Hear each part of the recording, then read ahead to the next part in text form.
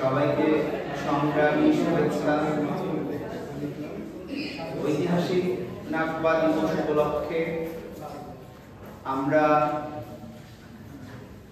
দৃঢ় এবং বঙ্গীয় সাহিত্য সভার পক্ষ থেকে কবিতা পাঠের এই আয়োজনে আপনাদের সবাইকে স্বাগত জানাই। খুব অল্প সময়ের নোটিশে এই আয়োজনটি আমরা ডেকেছি এবং সময় স্বল্পতা সত্ত্বেও আমাদের কবিরা যেভাবে সাড়া দিয়েছেন তাতে আমরা আপ্লুত এবং আমরা মনে করি বাংলাদেশের কবিদের পক্ষ থেকে ফিলিস্তিনের সংগ্রামরত জনগণের প্রতি একটা সংহতির দৃষ্টান্ত হিসেবে এই আয়োজনটি খুবই গুরুত্বপূর্ণ হয়ে থাকবে। আজ নাগবা দিবস। প্রথমেই নাগবা দিবস নিয়ে অল্প কিছু কথা বলার জন্য আহ্বান জানাচ্ছি রেং ইয়ং ম্রো নাং জেনকে।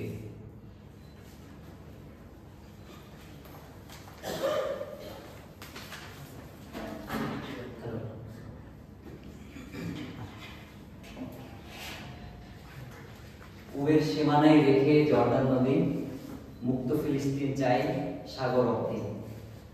আজকের যে আয়োজন নাগবা দিবস 2024 স্মরণে, সেই আয়োজনে আজকে আপনারা যারা উপস্থিত হয়েছেন তাদের সবাইকে বঙ্গীয় সাহিত্য সংঘ এবং দিকের পক্ষ থেকে শুভেচ্ছা জানাতে চাই। আজকে আমরা যারা এখানে উপস্থিত হয়েছি, আমি অনুমান করি যে আমরা সবাই কম বেশি নাগবা দিবস সম্পর্কে জানি। এরপরও আমি খুব সংক্ষেপে টোটাল লাইনে নাগবা দিবস এটা পরিপ্রেক্ষিত কি ছিল, ইতিহাস কি ছিল, সেটা দুটো লাইনে শুধু বলে যেতে চাই।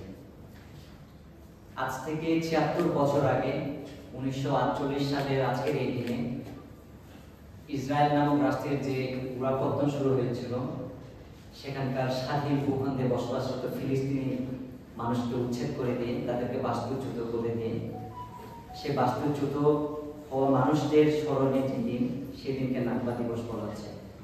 নাগবা একটি আরবি শব্দ। এই শব্দের অর্থ বিপর্যয়।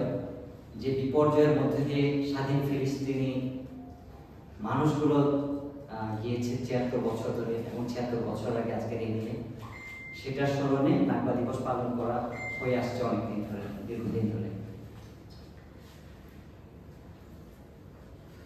এবং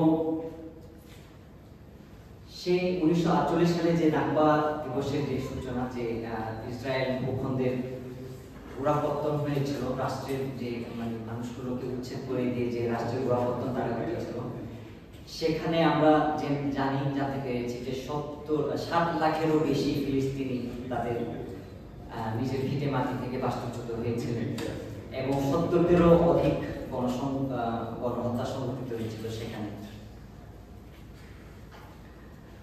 এবং সেখানে আমরা দেখেছি যে অবৈধভাবে সেখানকার মানুষদেরকে উচ্ছেদ করে দিয়ে এবং জাতিগত নিধনের মাধ্যমে সেখানকার নিরীহ মানুষ, শিশু, নারী, পুরুষ সবাইকে হত্যাযজ্ঞের মধ্যে দিয়ে যেভাবে ঠেলে দিয়েছে এবং তাদেরকে হত্যাযজ্ঞের মাধ্যমে যে রাষ্ট্রের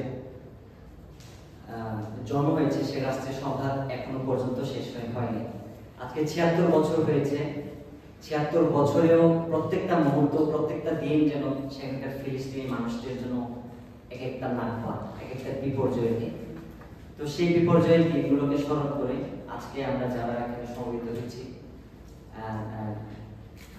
তারা সকলে, আমরা যারা এখানে সংহতি জানাতে সমবেত হয়েছি, তাদের সকলের পক্ষ থেকে তাদের অবিরত সংগ্রামকে সংহতি জানাতে চাই। এবং আমরা জেনেছি যে ৭ লক্ষ মানুষ সেখান থেকে উদ্বাস্ত হয়েছেন, ভিটে মাটি ছাড়া, ভিটে মাটি ছেড়ে চলে গেছেন। তাদের কাউকেই আসলে নিজের ভূখণ্ডে, স্বাধীন ভূখণ্ডে আবার আগের মতো ফিরে যাওয়ার সুযোগ কখনো হয়নি। এবং প্রজন্মের পর প্রজন্ম তারা বসবাস করেছেন শরণার্থী শিবিরে।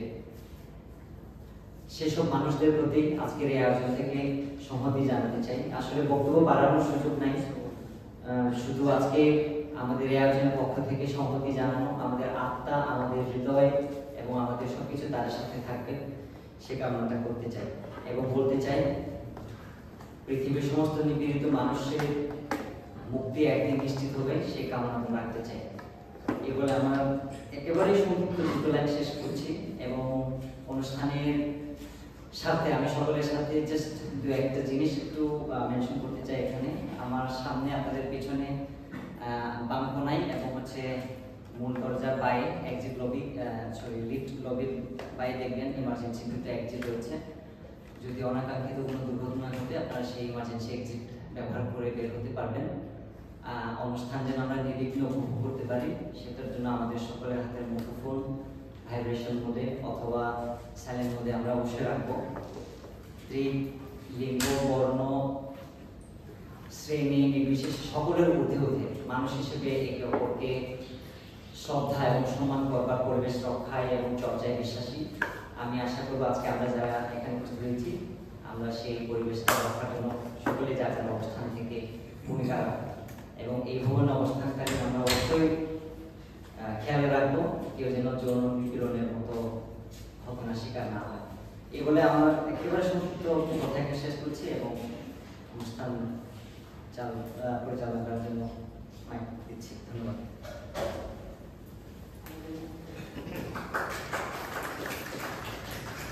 ধন্যবাদ রেনিয়নকে। প্রথমেই কবিতা পাঠের জন্য ডেকে নিচ্ছি কবি ফেরদৌস আরা রুমিকে।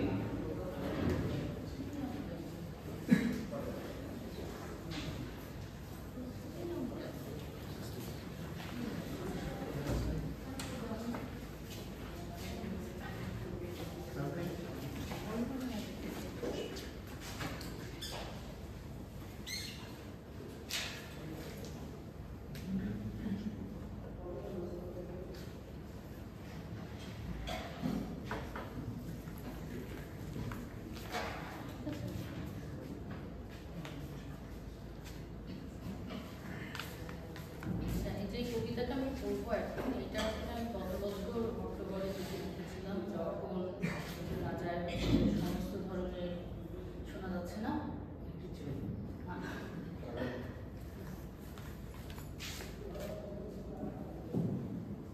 এবার শোনা যাচ্ছে। তো যখন হচ্ছে যে ওখানে গ্যাস, বিদ্যুৎ, পানি, চিকিৎসা সবই বন্ধ ছিল, দিচ্ছিল না, তো ওই সময়টাতে লেখা আমি পড়ছি, আমি আর বেশি কথা না বলে। শিরোনাম হচ্ছে গাজা উপত্যকা। অবরুদ্ধ গাজা উপত্যকা তুমি, জল, স্থল, আকাশপথ রুদ্ধ তোমার। ভিটেমাটি, ফসলি জমি দিয়ে নেমে যাচ্ছে রক্তস্রোত ৭৫ বছরের সংঘাতে। দলে দলে উদ্বাস্ত হয়ে নিপীড়নের ক্ষোভে ঝলসে উঠে তুমি বাড়িয়েছ লাশের মিছিল। তোমার মৃত শরীরগুলোর জন্য মর্গ খালি নেই তাই।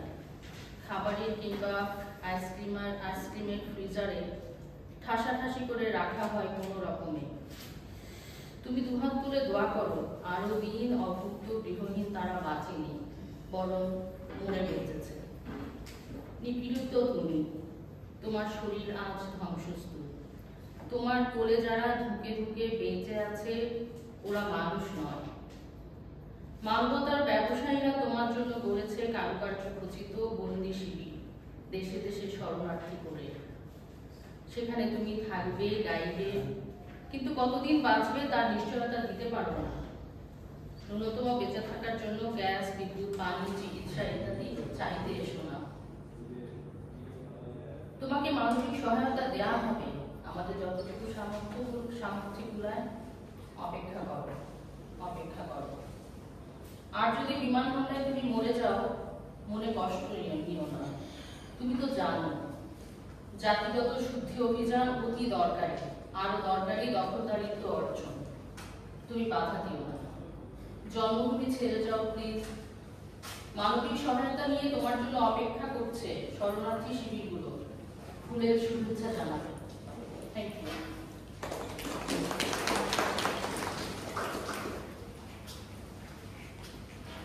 ধন্যবাদ। আমরা ইতিমধ্যে দেখতে পাচ্ছি যে অনেক গুরুত্বপূর্ণ কবি এবং অনুবাদক আমাদের মধ্যে উপস্থিত হয়েছেন। তো আমি অনেকের নাম টুকে নিয়েছি, কিন্তু যদি কারো নাম বাদ পড়ে যায় তাহলে আপনাদের অনুরোধ করব বাইজি গোস্তামির কাছে একটু কষ্ট করে নাম দিতে। এবার কবিতা পড়ার জন্য আহ্বান জানাচ্ছি কবি মৃদুল মাহবুবকে।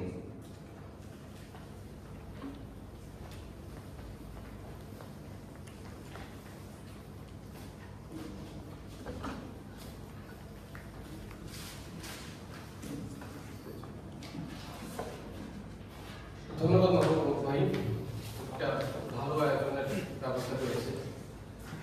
আমি আসলে কবিতা ছাড়া তেমন কিছু লিখতে পারি না, কবিতাই লিখে থাকি সাধারণত। আর মনে হচ্ছে আজকে অনেকদিন পর মনে হচ্ছে আসলে মানুষের জন্য আমার শব্দ আমি ব্যবহার করতে পারতেছি। আমি আসলে যুদ্ধক্ষেত্রে যেতে পারি না, প্রতিবাদও করতে পারি না, রাস্তায়ও নামতে পারি না। তার থেকে এই যে একটা সুযোগ তৈরি করছে, এই জন্য আমি ধন্যবাদ জানাই এবং আমাকে সার্থক মনে হচ্ছে যে আমার লেখা আমি আমার একটা বই 18 সালে প্রকাশিত একটা বইটা আসলে কোনো মানুষের ভাষা গণহত্যার বিরুদ্ধে এটা লেখা হয়েছিল, ওখান থেকে একটা কবিতা পড়ব। থামো, বললেই তো আর থামা যায় না। বিষয়টা এমন না, বিষয়টা লাভ লোকসানের, ভাগ বাটোয়ারার, প্রবল আধিপত্যের, ভূরাজনীতি। মানুষ যেন মানুষকে বাঁচায়, তার পাশে আশা নিয়ে অন্তত দাঁড়ায়, এই বোঝার জন্য কত রাজনীতি, অর্থনীতি, মিডিয়ার চাপাবাজি, আলোচনা, ফটোগ্রাফি, আন্তর্জাতিক জাত ও প্রতাপ, মিটিং মিছিল, সভা সেমিনার। তারা যেন না মারে, না কাটে এমন দলিত সকাল বিকাল। হত্যা যে অবৈধ এটা বোঝানোর জন্যই সভ্যতার কত ক্লান্তিকর কসরত। থামো, থামো বললেই তো আর থামা যায় না। বিষয়টা এমন না, বিষয়টা লাভ লোকসানে, ভাগ বাটোয়ারা, প্রবল আধিপত্যের, ভূরাজনীতি। বরং এর থেকে ভালো এইসব লোক দেখানো উজ্জ্বল আনুষ্ঠানিকতা বাদ দিয়ে প্রকাশিত উদ্ভাসিত দিবালোকে তাদেরকে একটা ফায়ারিং স্কোয়াডে একসাথে দাঁড় করিয়ে দেওয়া যায়। যে যাকে চায় না তাকে মাইক্রোস্কোপিক অভিযান করে মেরে ফেলতে পারে সর্বাংশে। গোপন হত্যা ব্যাপক ব্যয়বহুল।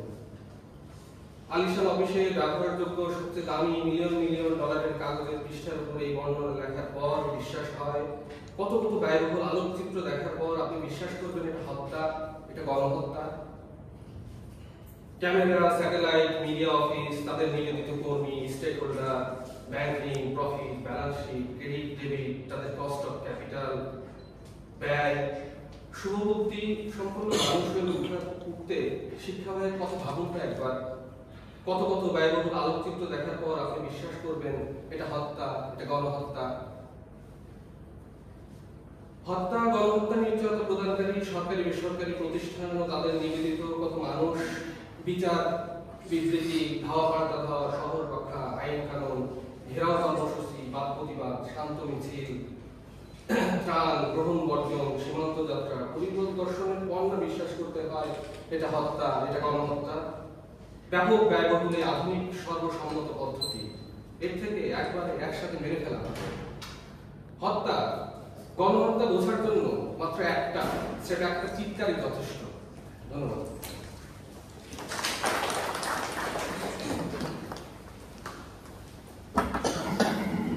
এখন কবিতা পড়ার জন্য ডাকছি দীপঙ্কর মারডুককে। কবি দীপঙ্কর মারডুক।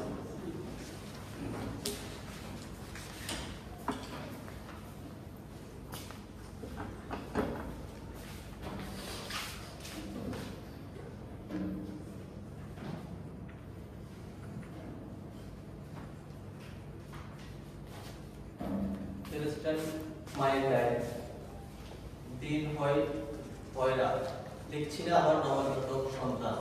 ডাক্তার বললেন আপনার শিশু বাচ্চাকে নিজের মতো সুন্দর রাখুন, তাকে ঠিক সঠিক ফলের পুষ্টি ও সবুজ সংরক্ষণ দিন। আমি ক্যালেন্ডারের দিকে তাকিয়ে মুখস্থ করেছি বরফের নাম। আয়ুর জন্য উপভোগ করলাম মরুভূমির উর্বরতা এবং পুরানো ডালিম, আটা ও প্রকৃত মাল্টাগ্রস্ত। এখন আমার দূরত্ব খুব বেশি নয়, সোজাসুজি পড়ে যাব চারপাশের খণ্ডাংশে। পৃথিবী আজ দুপুরে ভেজা মসৃণ, মিথুন সোনা বাদাম পাতা ও বিশ্বদ্বারের শহর। ফিরলাম আওয়াজ সমেত মহায়ুতে, যার সমস্ত হারিয়েছি ভুল, শিশু সন্তান, হাসপাতাল আর আমার ভাবতে থাকা নেহাত আমলকি শীতকাল। ধন্যবাদ।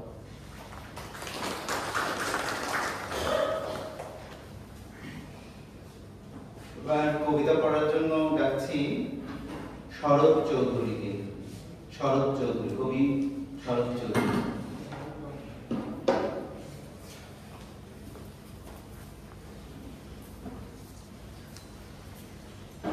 প্রস্তুত ছিলাম না, তারপরও মনে হয় একটা লিগাল ক্রিটিক নিয়ে বলা আপনারা হয়তো আনন্দ পাবে। রাষ্ট্রের যে ভাস্কর্য তুমি দেখতে পাইলা, রাষ্ট্র সে খুব আন্তরিক, তোমার কনভিনিয়েন্ট ফিল দেয়, যেন বা মায়ের পেটের ভাই, বংশের বড়, বলে জ্যাম কমাবে, রক্ত সঞ্চালন হবে দেহে, মুখটা হবে সিঙ্গাপুরের মেকআপে, তুমি কেন না বলতে পারো? সেই যে ছোটবেলা থেকে সরকার সরকার করো, সেই সরকার যে তোমার শহরে আর গ্রামে ঘুরে ঘুরে শল্য চিকিৎসা করে, তোমার ভালো লাগে না বলো? ইয়া বড় বড় রাস্তা, ব্রিজ, কালভার্ট, ফ্লাইওভার, তোমার এলাকায় যে এত বড় চিকিৎসক আসলেন সেটা ঘোষণা কি শুনতে পাও? অদ্য বেলা 12টা থেকে 3টা পর্যন্ত আজ ডাক্তার থাকিবেন অমুক জায়গায়, ফ্রি ফ্রি ফ্রি 16 সপ্তাহ। মন খুশি হয়ে ওঠে না? গর্ব করে বলো না মিরপুর আর উত্তরা কিন্তু আর আগের মতো নাই?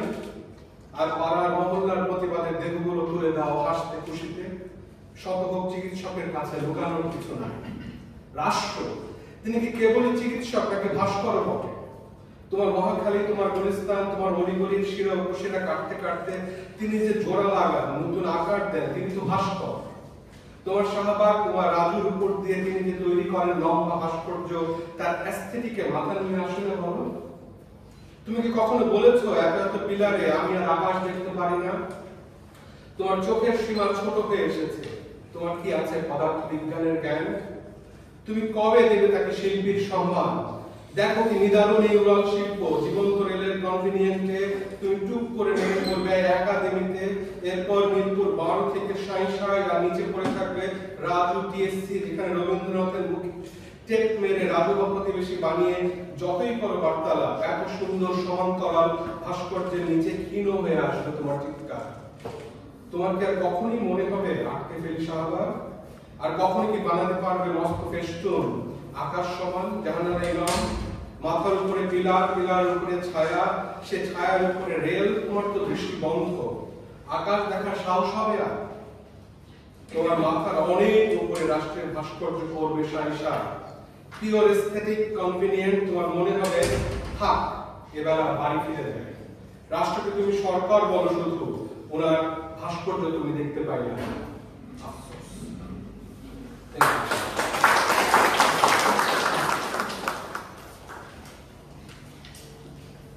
আমরা যে ঘরটিতে এই কবিতা পড়ার আয়োজন করেছি সেখানে 1 সপ্তাহ ধরে একটা প্রদর্শনী চলছে। আপনারা হয়তো অনেকেই খেয়াল করেছেন যে আমাদের এই কবিতা পাঠের সঙ্গে এটা খুবই রিলেটেড। গাজায়, ফিলিস্তিনে শহীদ হয়েছেন যে সাংবাদিক, ফটোগ্রাফার, কবি, সাহিত্যিক, তাদের ছবি এবং নাম, স্মৃতিচিহ্ন এখানে টাঙিয়ে রাখা হয়েছে সবার দেখার জন্য। ফলে আজকে নাগবা দিবস উপলক্ষে আমরা যখন বাংলাদেশের কবিরা সমবেত হয়েছি তখন এটা অন্যরকম একটা তাৎপর্য বহন করছে। ফলে এই ঘরটি ছবিগুলোর দিকেও আপনাদের মনোযোগ থাকবে এটা আশা করছি। এবার কবিতা পাঠের জন্য আহ্বান জানাচ্ছি কবি ইমরান মাহফুজকে।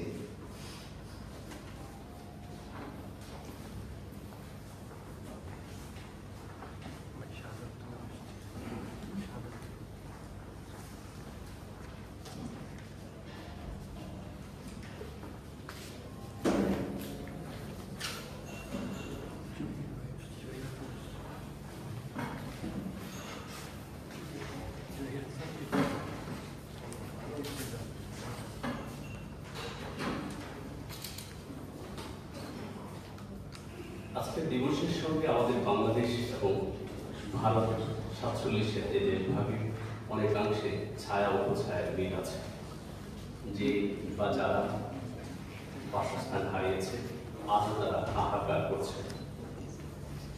এই হাহাকারের একটি শব্দ দিয়ে কবিতা, বেদনার্থ গল্প কবিতা হয়ে যায়।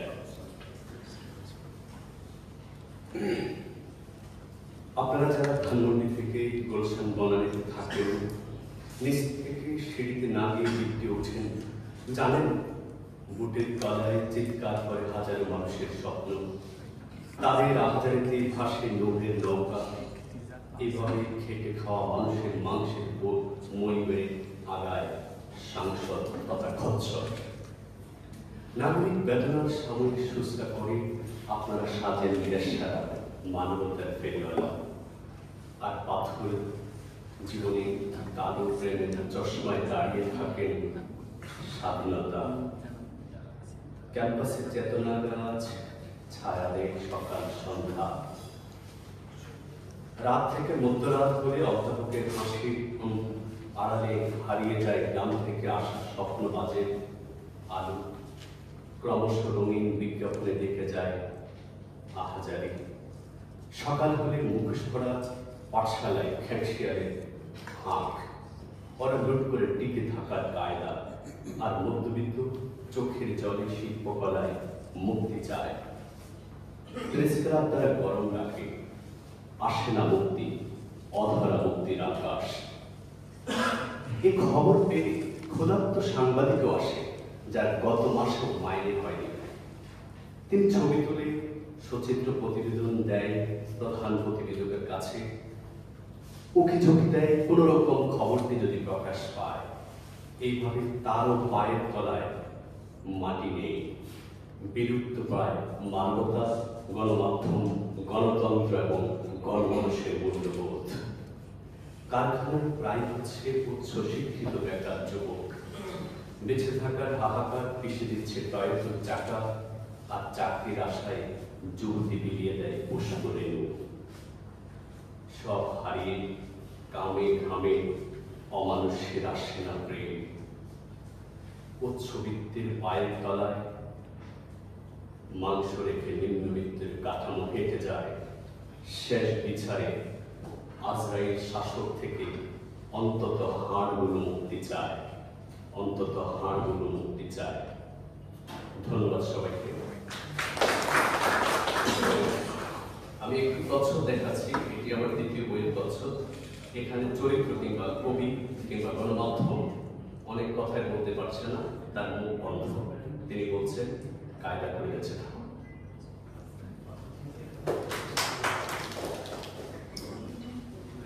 ধন্যবাদ। এবার কবিতা আমি ভূমিকা বেশি বলছি না, কারণ আমরা অল্প সময়ের মধ্যে শেষ করব, 1:30টার মধ্যে শেষ করব আশা করছি। তো এবার কবিতা পাঠের জন্য আহ্বান জানাচ্ছি অজুমা হিমকে।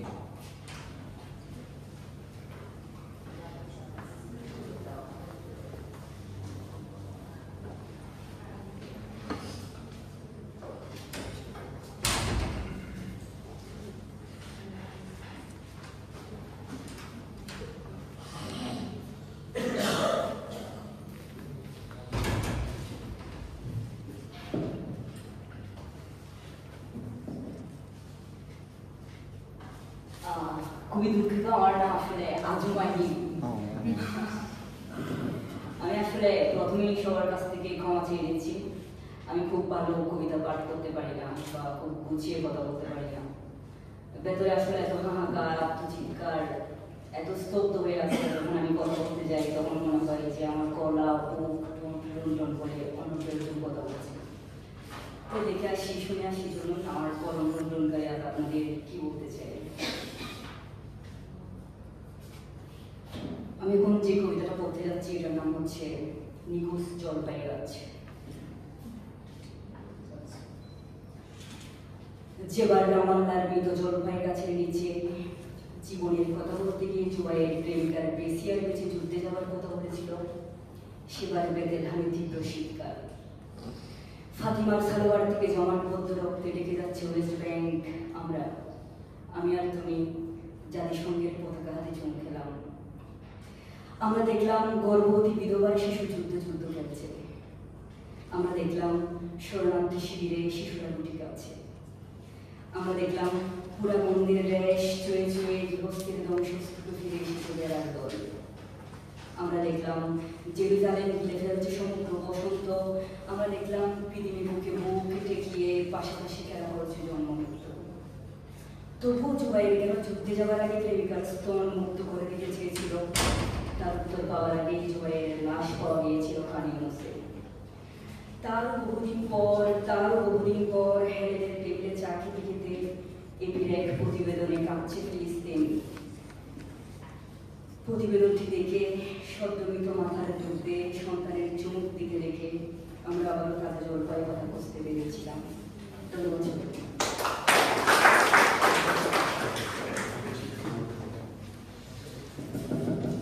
আমি খুবই দুঃখিত, আজুমার নামটা ভুল করেছি, নিশ্চয়ই সামনে আর ভুল হবে না। আজুমা হিম, ধন্যবাদ জানাই তাকে ডাক না করার জন্য।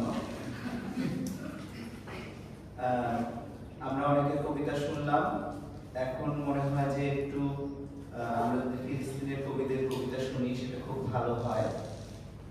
তো শাহেদ কায়েস, কবি শাহেদ কায়েস ফিলিস্তিনের কবিতা অনুবাদ করেছেন এবং এবারে বইমেলায় তার একটি বইও প্রকাশিত হয়েছে অনুদিত কবিতা। শাহেদ ভাইকে অনুরোধ জানাবো কবিতা পাঠের জন্য।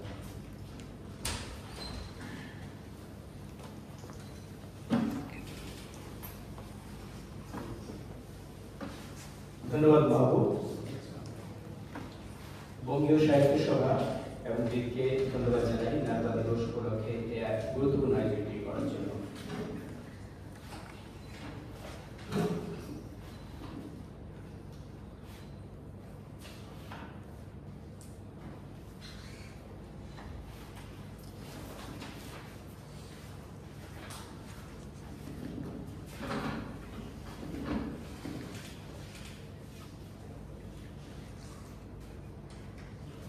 ফিলিস্তিনে স্বাধিকার যে আন্দোলন চলছে গত ৭৬ বছর যাবৎ, তার প্রতি সংহতি জানিয়ে আমি কবিতা পড়ছি। কবিতার কবি মাহমুদ দারবিশ, আমার অনুবাদে। কবিতার শিরোনাম আমার মাকে। মাকে মনে পড়ছে ভীষণ, মায়ের হাতের রুটি, তার বানানো কফি খেতে ইচ্ছে করছে খুব। প্রাণ কাছে মায়ের গায়ে একটু ছোঁয়া পেতে। আমার গভীরে জেগে উঠছে শৈশব, দিনের পর দিন মায়ের বুকে মাথা রেখে যে অপার প্রশান্ত অনুভব করেছি, আমার ভিতর জেগে উঠছে সেই তৃষ্ণা। ভালোভাবে বেঁচে থাকার চেষ্টা করছি, কারণ যদি মরে যায় আমি, মায়ের চোখের জল আমাকে লজ্জায় ফেলবে। যদি ফিরে আসি কোনোদিন, আমাকে গ্রহণ করো মা। তোমার চোখের পাতায় ভালোবাসার চাদরে আমাকে জড়িয়ে নিও শৈশবের মতো। তোমার পবিত্র চরণের ক্ষীণ স্পর্শে ঢেকে দিও আমার অস্থি মজ্জা এই পুণ্যভূমিতে। তোমার মাথার চুল দিয়ে ঢেকে দিও, কিংবা মাটি দিয়ে লুটানো পোশাকের প্রান্ত দিয়ে ঢেকে দিও আমাকে। যদি তোমার হৃদয়ের স্পর্শ পাই, আমার মাথায় থাকে তোমার স্নেহের হাত। তোমার দোয়ায় হয়তো আমি একদিন হয়ে যেতে পারি কোনো দেবতা। ফিরেই যদি আসি কোনোদিন, মা আমাকে গ্রহণ করো তুমি। তোমার পাক ঘরের উনুনে আমাকে জ্বালানি করো, যেন রান্নায় কিছুটা হলেও তোমার কাজে লাগে। ছাদে কাপড় শুকানোর দড়ির মতো আমাকে ব্যবহার করো তুমি। তোমার প্রতিদিনের দোয়া ছাড়া আমার কোনো অস্তিত্বই নেই মা। কঠিন এই অবরুদ্ধ জীবন, ভীষণ ক্লান্ত আমি। ফিরিয়ে দাও আমার শৈশবের সেই নক্ষত্ররাজি, যেন মনে মনে পথের দেখা চিত্র এঁকে পরিযায়ী পাখির মতো পথ চিনে চিনে ফিরে আসতে পারি তোমার কোলে, যে তুমি আমার জন্য অধীর প্রতীক্ষায় আছো মা। কবিতাটি মাহমুদ দারবিশ যখন জেলে ছিলেন, জেল থেকে লেখা। সবাইকে ধন্যবাদ। আরেকটা শুনতে চাইছিল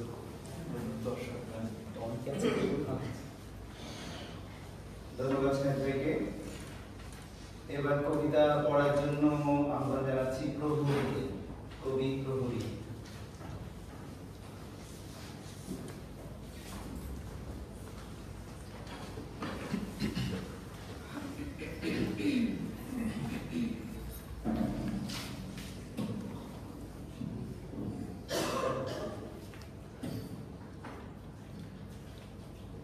ধন্যবাদ সবাইকে।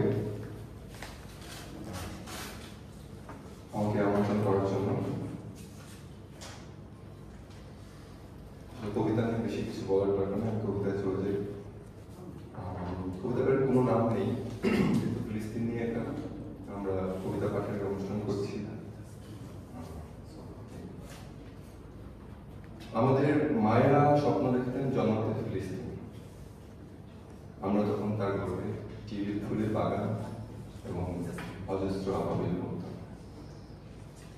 কিন্তু এই এমন এক নাইনসাফি পৃথিবী, এখানে আপনি স্বৈরাচারের ক্রমবর্ধমান দেয়া দেখতে পাবেন, যা আপনার স্বপ্নকে চূর্ণ বিচূর্ণ করে দেয় এবং আপনার হৃদয়ে ঢেলে দেয় এক মহাঘৃণার উৎসব, যার থেকে আমরা কখনো বের হতে পারি না। তারপর আমাদের দুঃখজনক জীবন। মূলত প্রত্যেকটা মৃত্যু উপত্যকাই আমাদের দেশ, মূলত প্রত্যেকটা মৃত্যু উপত্যকাই আমাদের দেশ, যেখানে আমরা মজলুম হয়ে যাব।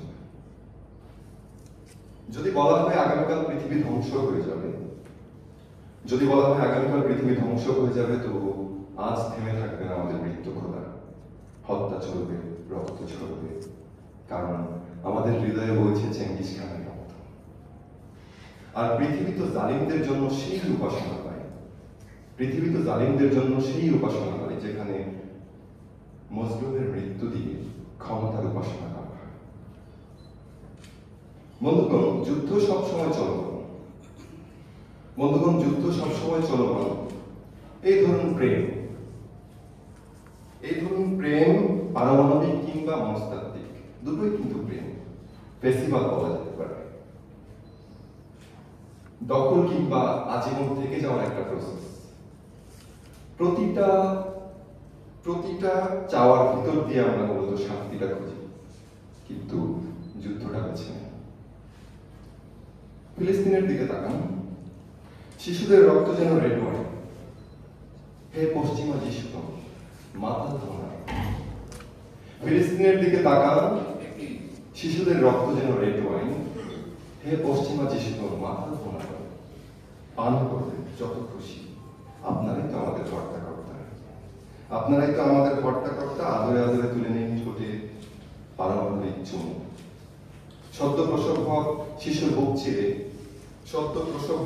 বুক চিরে বের করে আনুন একখণ্ড জেরুজালেম, যেন আমার প্রেমিকার স্তন কিংবা তার বুকের মতন ধুক ধুক করছে উর্বর ফিলিস্তিনের জমি। যেন আমার প্রেমিকার স্তন কিংবা তার বুকের মতন ধুক ধুক করছে উর্বর ফিলিস্তিনের জমি। স্বাধীনতার লোভে আজও তাই আমার মা প্রসব করে চলেছেন বেদনা। ধন্যবাদ।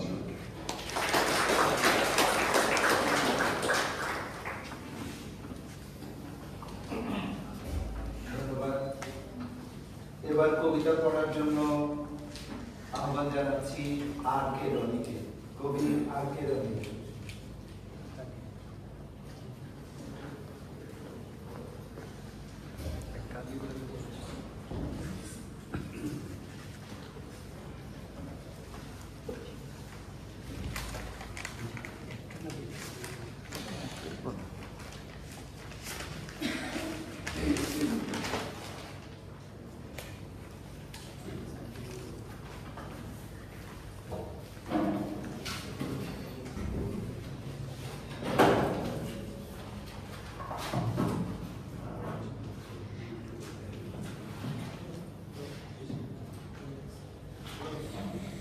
সবাইকে ধন্যবাদ। আমাকে আমন্ত্রণ জানানোর জন্য ধন্যবাদ।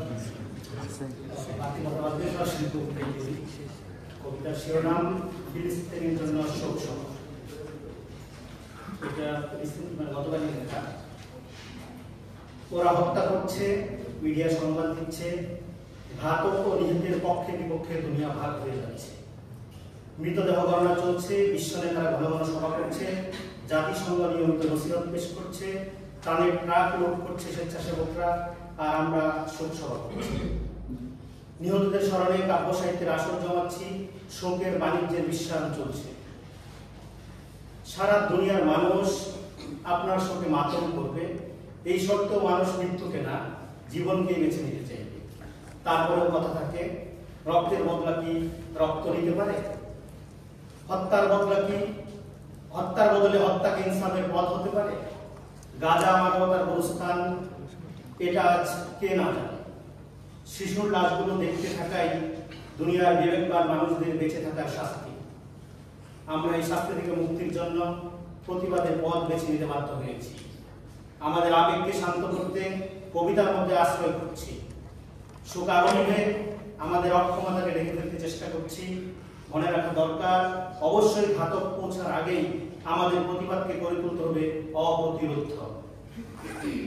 আমরা হয়তো এই সত্য ভুলে গেছি, আসলে নিহতদের জন্য জীবিতদের কিছুই করার থাকে না, কিন্তু নিহতরা জীবিতদের সারা জীবন তারা করে ফিরে। দুনিয়ার আনাচে কানাচে জমে ওঠা আলোকিত শোক সবার হে বিবেকী কণ্ঠ, প্রতিবাদের বলিষ্ঠ হাত, বিদ্যায়তনে জ্ঞান ভারী নত মস্তক, নিজেদের দায় মুক্তির এইসব আয়োজন আমাদের আরো মনে করিয়ে দেয় ময়লা দিয়ে ময়লা সাফ করা যায় না। মৃত্যুর সত্যকে সাথে নিয়ে বেঁচে থাকার পেরেশানি কবুল করে অলৌকিক শোভা সৌরভ ছড়িয়ে জন্ম নেয় মানুষ। প্রভু মরণশীল মানুষ সৃষ্টি করেছেন আর কাউকে হত্যার অধিকার কারো হাতে দেন নাই। ফলে হত্যার সূত্রে ধর্মের শক্ত নাই, বরং প্রতিটি হত্যাকাণ্ড প্রভুর এখতিয়ারের সাথে বিদ্রোহের সামিল। জগতের অলঙ্ঘনীয় নিয়মে সময়ের প্রবহমান ঘূর্ণির ঘোর কেটে গেলে দেখা যাবে ঘাতক ও অসহায়।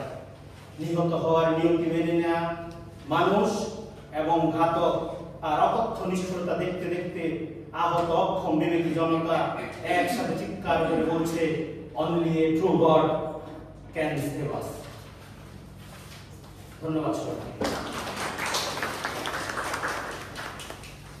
আমরা আবারও অনুবাদ কবিতায় ফিরে যেতে পারি। রাফসান গালিব কবি, তিনি মাহমুদ দারবিশের কবিতার অনুবাদ শোনাবেন। রাফসান গালিবকে সেখানে আসার জন্য আহ্বান জানাচ্ছি।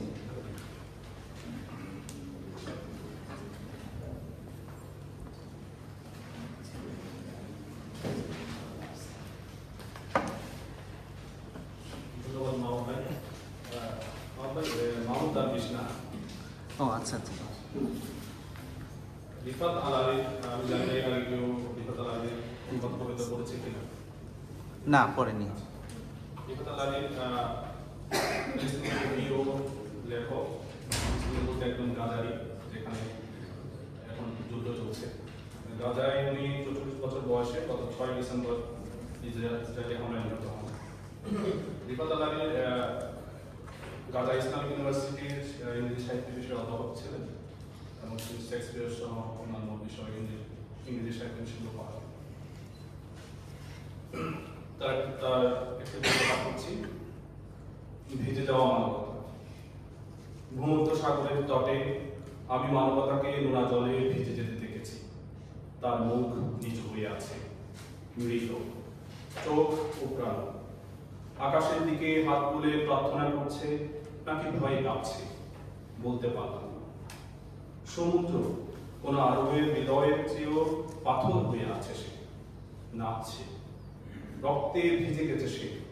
তার মুড়িগুলোই শুধু কাঁদে, শুধু ইসরায়েলের জন্ম দেওয়া যা কিছু পচা পালা, সেসব দেখে রাখা যাবে না আরব জাহানের সমস্ত সুগন্ধি দিয়েও। তার একটি কবিতা, যেটা এখানে লেখা আছে, ইফ আই মাস্ট ডাই, মৃত্যুই যদি অনিবার্য হয়, আমাকে যদি মরতেই হয় তোমাকে বাঁচতেই হবে।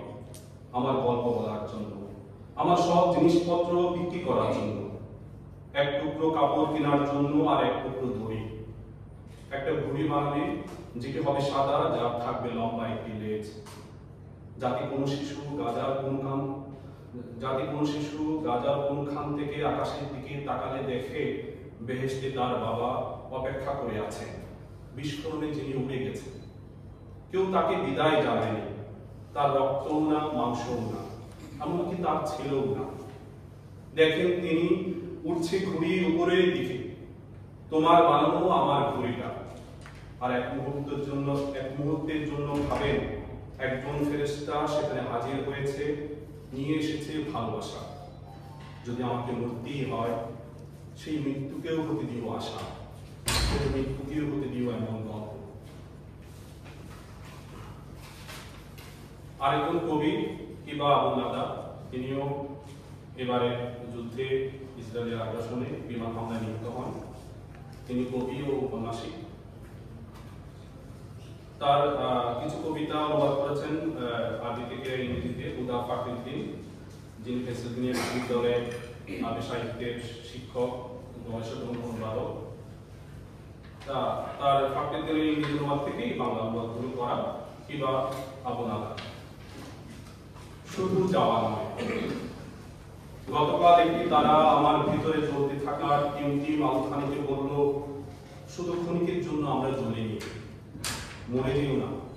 এই আলোর বুকের নিচে কিছু ঠিকানাবিহীন মানুষ আজও হেঁটে চলেছে। প্রেম থেকেই তোমাকে প্রথম সৃষ্টি করা হয়েছে। ভয়ে কাঁপতে থাকা মানুষের কাছে সেই প্রেমে নিয়ে যাও।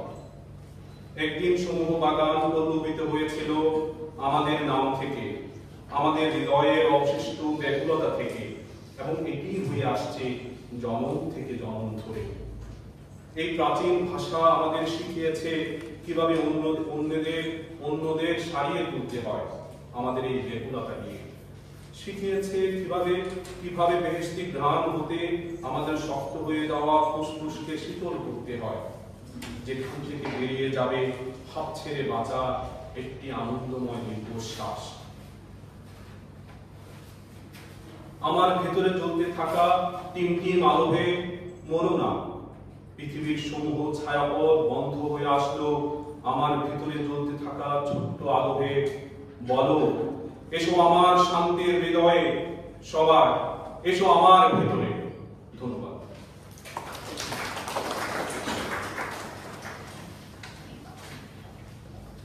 গালিবকে ধন্যবাদ সাম্প্রতিক যে হামলায় শহীদদের কবিতা পড়ার জন্য। এবার কবিতা পড়ার জন্য আহ্বান জানাচ্ছি কবি সৈকত আমিনকে। কবি সৈকত আমিন।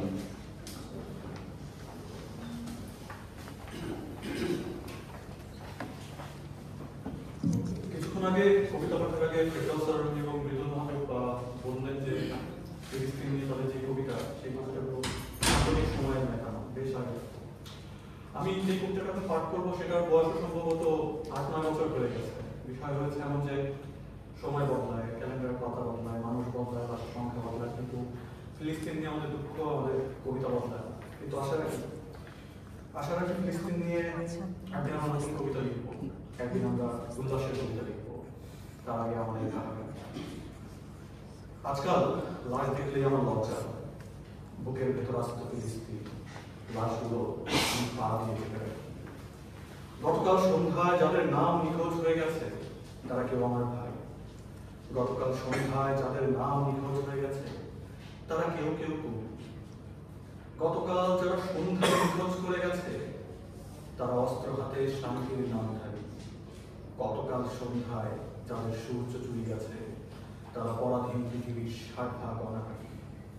হে মাবুদ, আমি কাপুরুষ, ডানা মেলার মতো আকাশটুকু মিসাইলের দোয়ায় গেছে ঘিরে, অথবা ডানার ভারে আমি নিজেই উঠতে পারছি না যখন ডানা কেটে ফেলার পর আকাশটা হঠাৎ বড় হয়ে যায়। দুটো পাপ ইতিহাস হয়ে বুকে চেপে আছে, আর মাবুদ আমাকে মরতে নেই। বুকের ভেতরে লক্ষ লক্ষ নাম, হৃৎপিণ্ড থেকে বেরিয়ে যাবে শহীদের তালিকা, গণতান্ত্রিক হয়ে ফোটা পতাকা মিছিল। অথবা দেখুন, বুকের ভেতর আস্ত ফিলিস্তিন, অসহায় ডানা নিয়ে লাশগুলো স্বাধীন মাটিতে যাবে মিশে। অনেক পথ হেঁটে আমি মাতৃভূমির কথা জানতে এসেছিলাম, ওরা আমার পা কেড়ে নিল। অনেক পথের শেষে আমি নিজেকে ফেরত চেয়েছি, ওরা আমায় হত্যা করে গেল। পথে এত এত লাভ। ইসরায়েল তুমিই বলো, কাকে আমি বেওয়ারিশ ভেবে একা ফেলে যাই, আর কাকে বলো সন্তান মনে করে পরাধীন পতাকার তলে জানাজা করা। এখনো মিছিলের আশিরাশি বুলেটের ঝরে, মানচিত্র জুড়ে বুলেটের মতো বৃষ্টি পড়ে। বৃষ্টির আছে তার নিজের মতো ঝরে পড়বার একান্ত অধিকার। বড় জানতে ইচ্ছে করে, বুলেট রক্ষা করে তার অবতার। ধন্যবাদ।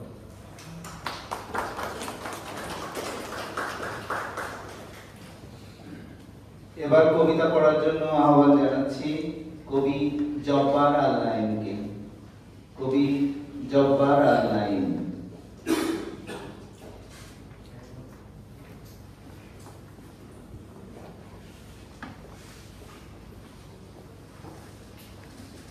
ধন্যবাদ মামা ভাই। কবিতাটার নাম হলো হজের পাথর। কৈশোরে দূরে ঢিল ছুঁড়ে মারার খ্যাতি ছিল আমার, অনায়াসে লক্ষ্য স্পর্শ করতে পারতাম। একটা সময় এমন খ্যাতি ছড়িয়ে পড়লো পাড়া মহল্লায়। একদিন ডাক পড়ে পাড়ার ক্রিকেট লিগে গতিদানব হিসেবে উইকেটের পতন ঘটিয়ে প্রতিপক্ষের বিজয় ছিনিয়ে আনতাম খুব সহজে। বাতাসের বাহনে সে খবর পৌঁছে যায় ক্রিকেট কন্ট্রোল বোর্ডে। সুযোগ পেয়ে যাই আমেরিকা সিরিজে। গতির তোপে নতজানু বাইডেন একাদশ। ছাকিংয়ের অভিযোগ তুলে ভারত কিছুই না ভেবে নিষিদ্ধ ঘোষণা করলো আইসিসি। এ খবরে বগল বাজায় পাকিস্তান। এত দুঃখ কিংবা ক্ষোভ নেই, কারণ সামনে হজের মাস। মক্কা মদিনা তাওয়াফের নিয়ত করেছি। অভ্যাসবশত হজের পাথর দিয়ে শুরু করি বলি। প্রথমটি লাগে সৌদির মসনদে, দ্বিতীয়টিতে কুপকাত হোয়াইট হাউস, তৃতীয় ডেলিভারিতে ধরাশায়ী ডাইনিং স্ট্রিট। চতুর্থ পঞ্চম ষষ্ঠ পাথর ছুটতে দশে করে নাপতালির বেত রোশ হামেমশালা। মুহূর্তেই পাল্টে যায় পৃথিবীর গতিপথ। ভয়ে আত্মসমর্পণ করে সৌদিরা ওস্তা আকাবা। তাদের কাছে জানতে চাই তোমাদের এমন করুণ পরাজয়ের কারণ। সহাস্যে বলে শয়তানি আজবের মৃত্যু হলে আমরা দাঁড়িয়ে থাকি কার হিম্মতে। ধন্যবাদ।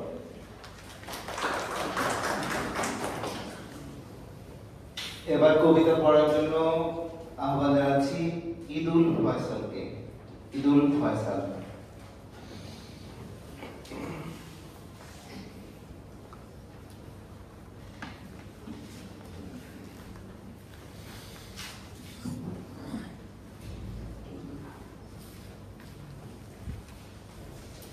আয়োজনের জন্য ধন্যবাদ।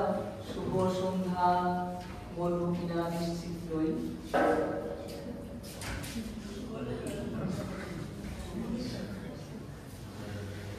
নতুন আলো, ফিলিস্তিন, কবে আসবে দিন, কবে আলো আসবে?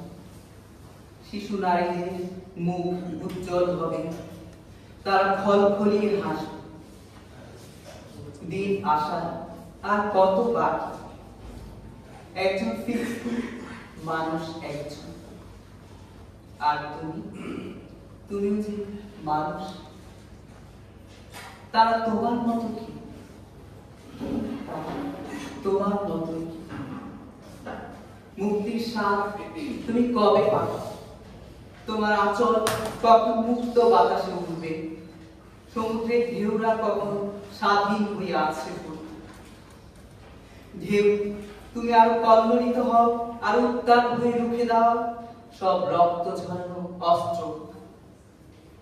ধুয়ে দাও সমস্ত রক্ত। আবার জলপাই গাছ কখন সজীব হয়ে উঠবে? জল পায় হবে কখন? জলের অভাবে শুকিয়ে যাওয়া হৃদয় কখন আবার জল পায়? কিছু দূরে জলের মতো, আলোর মতো, ওটা কি?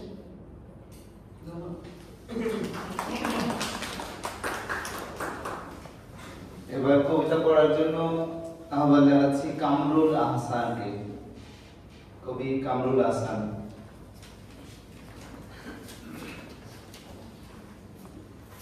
আমি মাহমুদ আদেশ কবিতা পাঠ করব।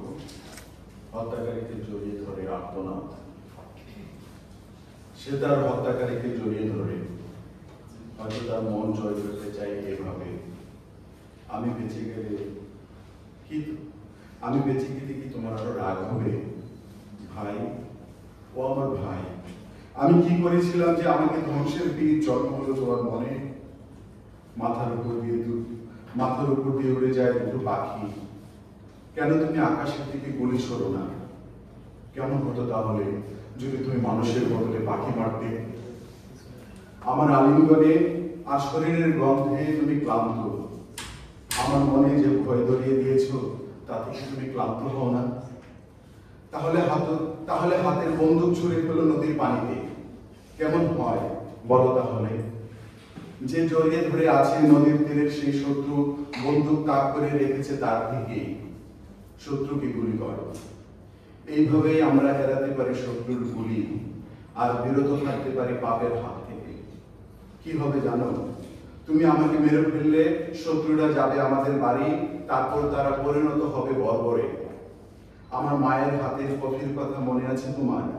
তোমার মায়ের হাতের কফির কথা? আমার কি অপরাধ তোমাকে আমার খুনিতে পরিণত করলো? তোমাকে আমার বুক থেকে কখনো ছাড়বো না ভাই, কখনো মুক্তি দেবো না তোমাকে। ধন্যবাদ।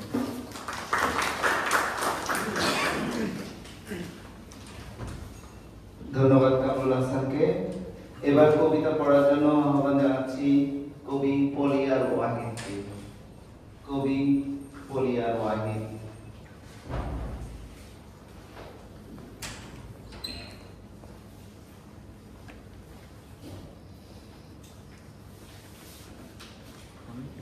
আমার কবিতা শিরোনাম জয়তুন ও ফিলিস্তিনের মা।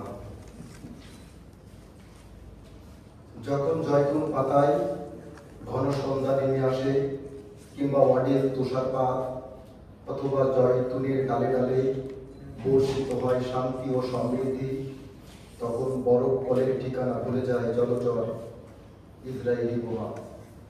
গাঢ় মেঘের উঠোন থেকে ঘরে ফেরে পবিত্র ধারা, অবিচল নারীর সম্পর্কে তাদের গলায় বাঁধা রাখবার হারানো ঘরের চাবি, আর মাথায় মোড়ানো মুক্তির ক্যাফিয়া, তখন সমস্ত আগ্রাসন ভুলে যায় আনন্দ গানের। যখন গাজার গ্রামে সামান্য ওমের মধ্যে কোমল প্রাণের মাই স্বামীর আদর চায় আর ফিস ফিস করে বলে আমাদের আবারও ছেড়ে হবে, সে যুদ্ধে যাবে আর জয় করবে আল আকসা।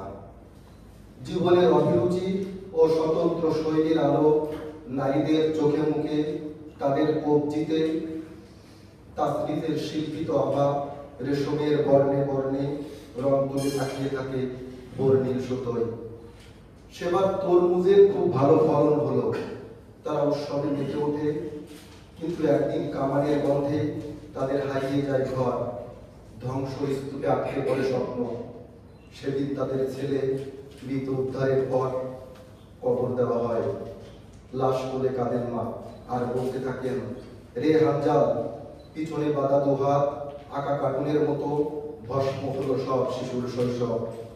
মায়েরা বলতে থাকে আবার তাদের ছেলে হবে, সে যুদ্ধ করবে, সে আঁকবে তরমুজের ছবি অথবা ফিলিস্তিনের পতাকা, কিংবা কারাগারে যাবে, চামচ দিয়ে খুঁড়বে গুহা। তারা মুক্ত হবে, একদিন ঠিক জয় করবে আল আকসা। আমার মাতৃত্বের কচম, আমাদের ছেলেরা বিজয়ী হবে গাজায়, এই স্থলে, এই জলে, এই হবে আসমান। ধন্যবাদ সকলকে। এবার কবিতা পড়ার জন্য আহ্বান জানাচ্ছি কবি উপল বড়ুয়াকে। কবি উপল বড়ুয়া।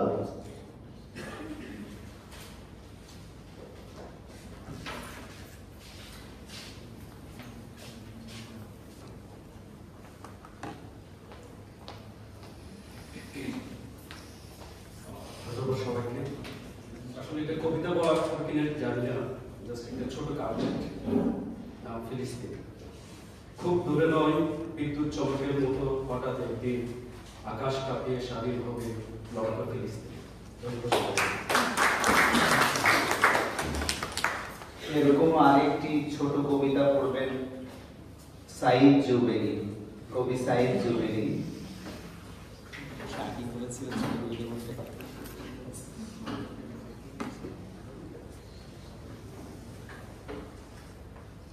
যারা বড় কবিতা বলবে তাদের জন্য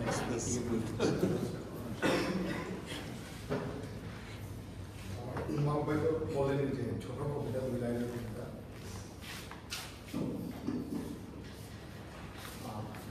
কবিতাটি এর আগে এই 7 অক্টোবর যে আগ্রাসন শুরু হলো, এটার আগের যে আগ্রাসন ঘটনা ওই সময় হয় না।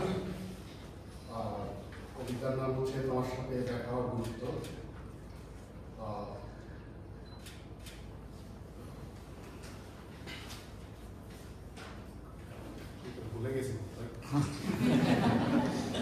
আপনি ছোট। ওকে, যেহেতু ভুলে গেছি, কবিতা পড়ার চাইতে এটা ইম্পর্টেন্ট যে এখানে ফিলিস্তিনিদের প্রতি সংহতি জানিয়ে আমাদের সময়ে এত এত কবি এখানে হাজির আছেন এবং কবিতা শুনতেও এরকম একটা ভিড় তৈরি হয়েছে। এটাই একটা আসলে অনেক কবিতার চাইতে অনেক বড় এবং গুরুত্বপূর্ণ আমার কাছে। আর আমার ভুলে যাওয়ার জন্য খুবই দুঃখিত।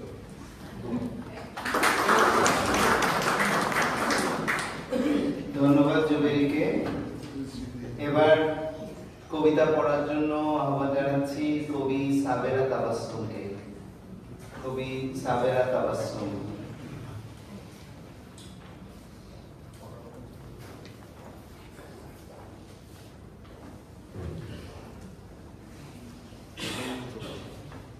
চলবে 8টা পর্যন্ত চলবে।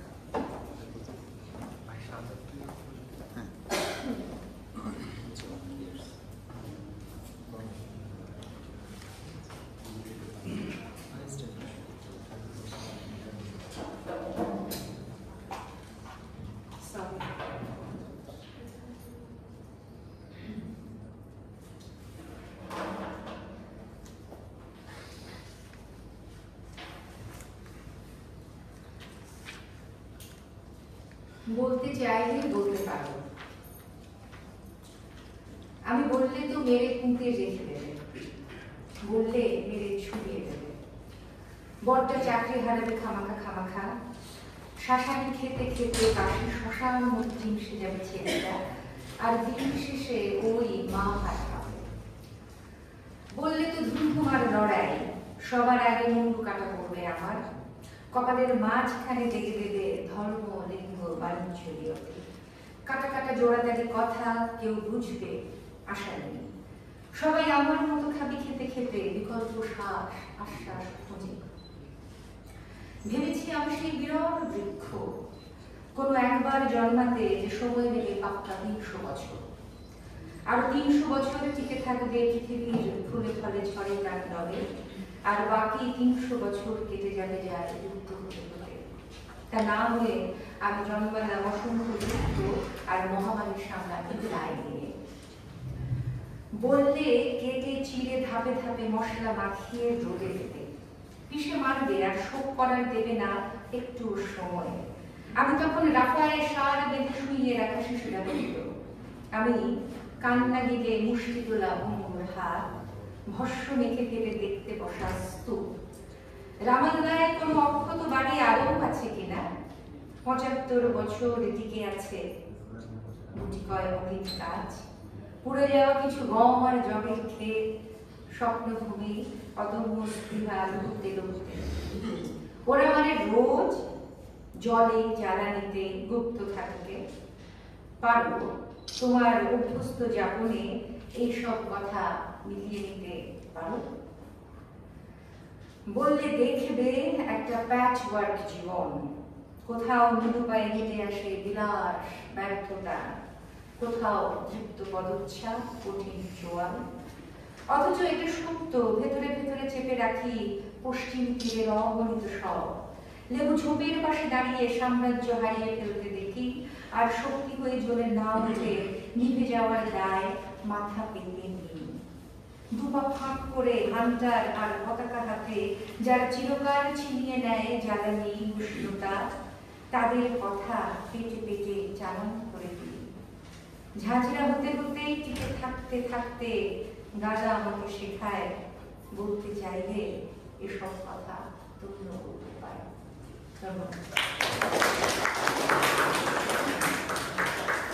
ধন্যবাদ সাবেরা তাবাসসুমকে।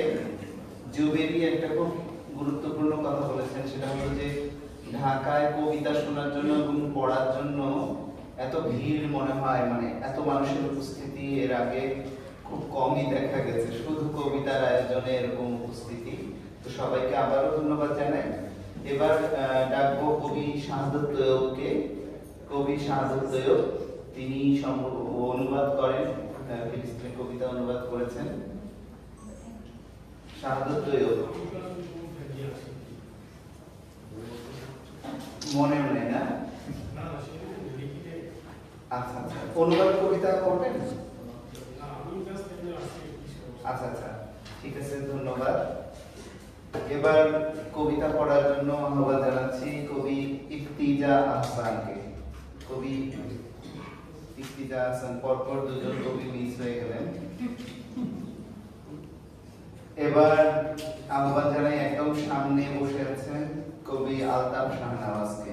কবি আলতাফ শাহনওয়াজ, যাতে মিস না হয়, দেখছি তাকে।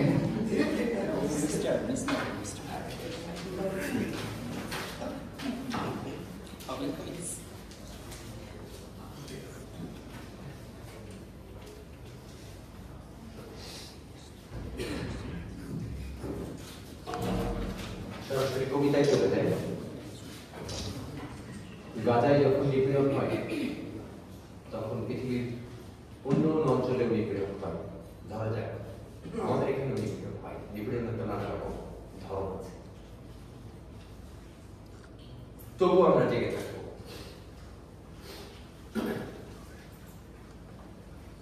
তবুও আমরা জেগে থাকবো। তবুও আমরা জেগে থাকবো ভাইয়েরা আমার। তোমরা আমাদের মাল মাথা ও মুন্ডুর মধ্যে ঢুকিয়ে দাও 100 বিমানের শোষ আজাদি। আমরা রায়ের ভিতর পুঁতে রেখেছি অনাবিল রক্তের ফোঁটা। যেহেতু আমাকে তোমার অনুমতি নিয়ে কথা বলতে হয়, চলতে ফিরতে তোমার চোখ দুটো যেহেতু আমার পিছে পিছে ঘোরে, তোমার চোখের সেই কালো বন্ধুদের দিকে তাকিয়ে কে কে হারিয়ে যায় ভাইরা আমার। যেহেতু আমার কথার মধ্যে 2G ইন্টারনেটের আলোকসজ্জা উঠিয়ে নামে, আর যে কোনো সময় এই মুখে তুমি বসিয়ে দিতে পারো রক্তাক্ত ফুল স্টপ। আমরা তাই কথা না বলে এখন ইশারা করি আবাবিল পড়ে। বছর বছর হাবিল কাবিলের বেশ ধরে ঘোরে তারা বাজারে বাজারে। মুখ চড়া আনাজ স্পর্শ করতে কে দিয়েছে ইলেকট্রিক শক। চূড়া থেকে 2G ইন্টারনেটে রক্ত কেটে কেটে ভিটে মাটি সব হলো ফিকে। তোমরা আমাদের মারো, তবু আমরা জেগে থাকবো। ভাই, আমার আম্মা 2.5 বছর ঘুমায়নি। ঠান্ডা কবরের অন্ধকারে তার ছোট মেয়েরা কিভাবে ঘুমিয়ে আছে এই কথা ভেবে। আমরা তবু মরে গিয়েও বাদল মাখা আকাশের দিকে চেয়ে চেয়ে বলবো, 7 ভাই চম্পা, ওই বোনটি আমার। ধন্যবাদ।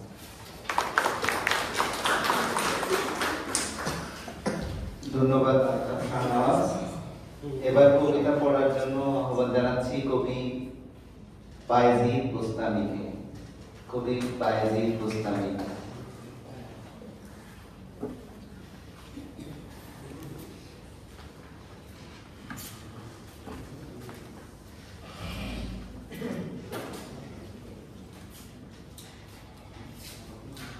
যেন সকাল নাই, দুপুর নাই, সন্ধ্যা নাই, রাত্রি নাই, মারাইতেছে জালেমের উদ্ধত পবিত্র মনে, মারতেছে তোমার জাপানীয় বন্ধের মনে, চড়তেছে শিশুদের সবভূত শ্রীগালের দল।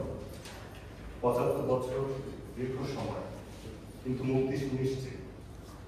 যেন ফিলিস্তিন তোমার তরে কাজে অনুমোদন বাংলার ঘুঘু প্রাণ। ধন্যবাদ।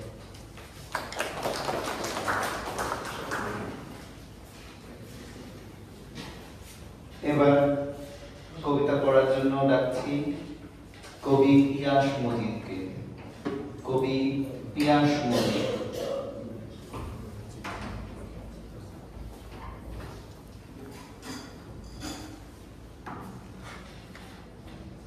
পরিস্থিতি তুলার বালিশে শুয়ে ঘুমাতে ঘুমাতে স্বপ্নের হামলা। আমার বিছানা এটা কি ঢাকা নাকি এই দুনিয়া? রক্তের বালিশে শুয়ে থাকা গাজা।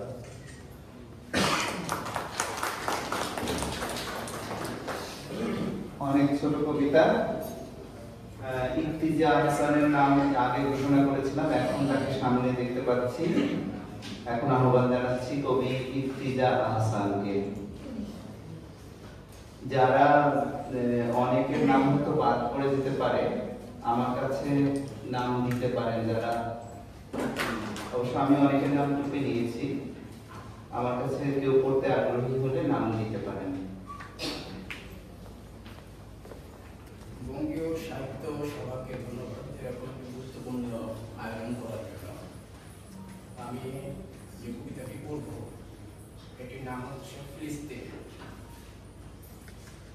রক্ত জবার মতো লাল হয়ে আছো তুমি, ভূখণ্ড খেয়ে হে সভ্যতার সব জ্ঞান হেয়ালি। রক্ত জবার মতো লাল হয়ে আছো তুমি, ভূখণ্ড হে হে সভ্যতার সব জ্ঞান হেয়ালি। তুমি কোনো মহাশূন্য থেকে যেন হঠাৎ এসেছো, তোমাকে নিয়ে তাদের কোনো দায় নেই রাজনীতির উচ্চাল ও কটাক্ষে বিদ্ধ করা ছাড়া। তুমি হে অগ্নিয় পাখি, অগ্নিয় ফুল, তোমার অগ্নুৎপাত ইতিহাসের অজ্ঞান থেকে ফোটে। লালাপ ডানায় তোমার উড়াল, তুমি আগুন দিয়ে ওড়ো, আগুন খাও, আগুন দিয়ে রচনা করো বাড়ির সামনের বাগান। আগুন উড়াল তোমার, তোমার ডানায় শত্রুর বারুদের স্ফুলিঙ্গ, তোমার উড়ালে তাদের কুরুর আঘাত। তুমি আগুন ফুল, তোমার উপত্যকা জুড়ে ফুটে থাকো একখণ্ড পোড়া সবুজের স্থিতি নিয়ে। পোড়া সবুজের ভূখণ্ডের নাম ফিলিস্তিন, তারা তোমাকে রাখে ইচ্ছা হত্যার অধীন। ধন্যবাদ সকলকে। এবার মঞ্চে যাচ্ছি সঙ্গীত শিল্পী ও কবি ফারজানা ওয়াহিদ সায়াকে। ফারজানা ওয়াহিদ সায়া।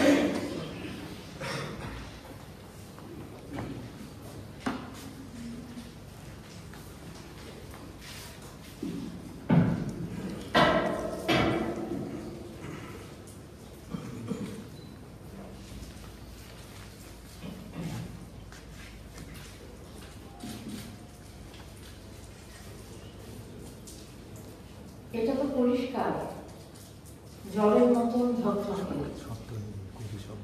ফিলিস্তিনের নাম পারবে না মুছে দিতে তুমি। এ বিশ্বে মহাকাশে প্রতিবাদী যত সুর আছে, প্যালেস্টাইন তো হবে সকলের স্বাধীনতা ভূমি। এটা তো এখন শুধু গাজার ব্যাপার নয়, আর ন্যায় আর অন্যায় আজও আছে খানিকটা ফাঁক। পৃথিবীর সব সুখে মিশে গেছে আজ সেই সুর, পিতাহারা শিশু আর শিশুহারা পিতাদের ডাক। তুমি কি দেখেছো ভুলে কোথাও সে জননীর মুখ? তার নাকি মরে গেছে 6টি পেটের সন্তান। তাকে কারা জিজ্ঞাসে সে কি তবু স্বাধীনতা চায়? চোখ মুছে তাকালো সে, মুখ বেশি করে টান টান।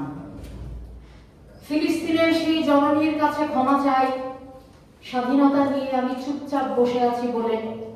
সংগ্রাম মানেটা কি কোনোদিনই বুঝবো না আমি, এমনি এমনি যারা স্বাধীনতা পেয়েছি আসলে।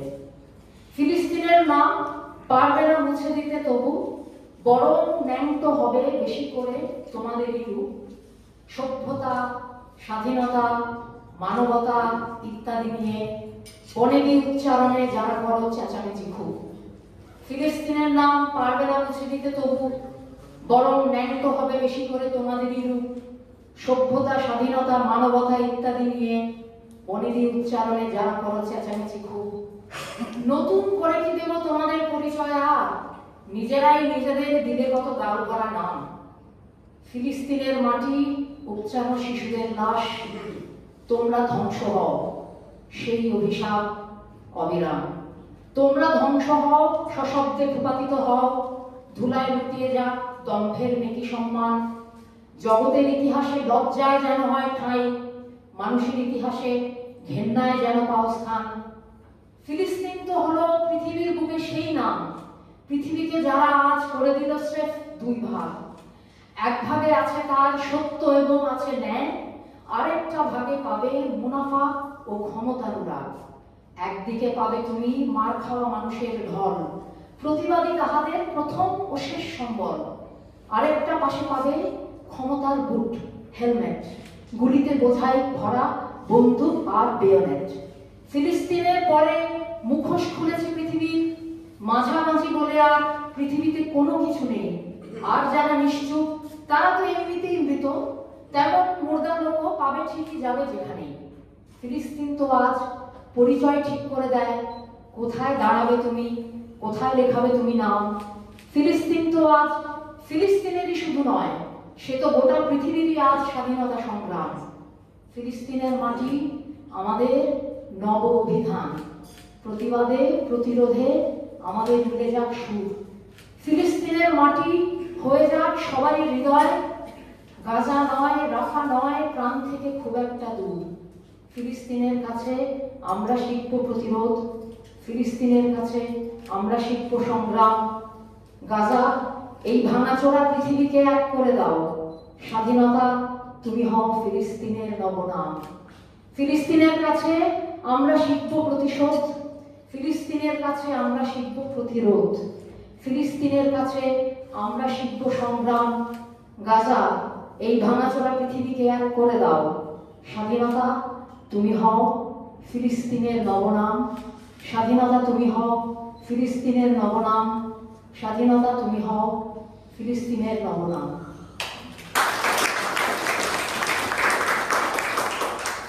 ধন্যবাদ।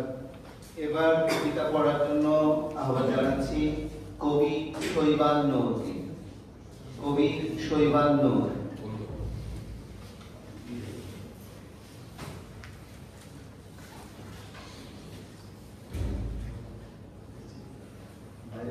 বাইরে গেছেন। এবার কবি শব্দনীলকে আহ্বান জানাচ্ছি। কবি শব্দনীল।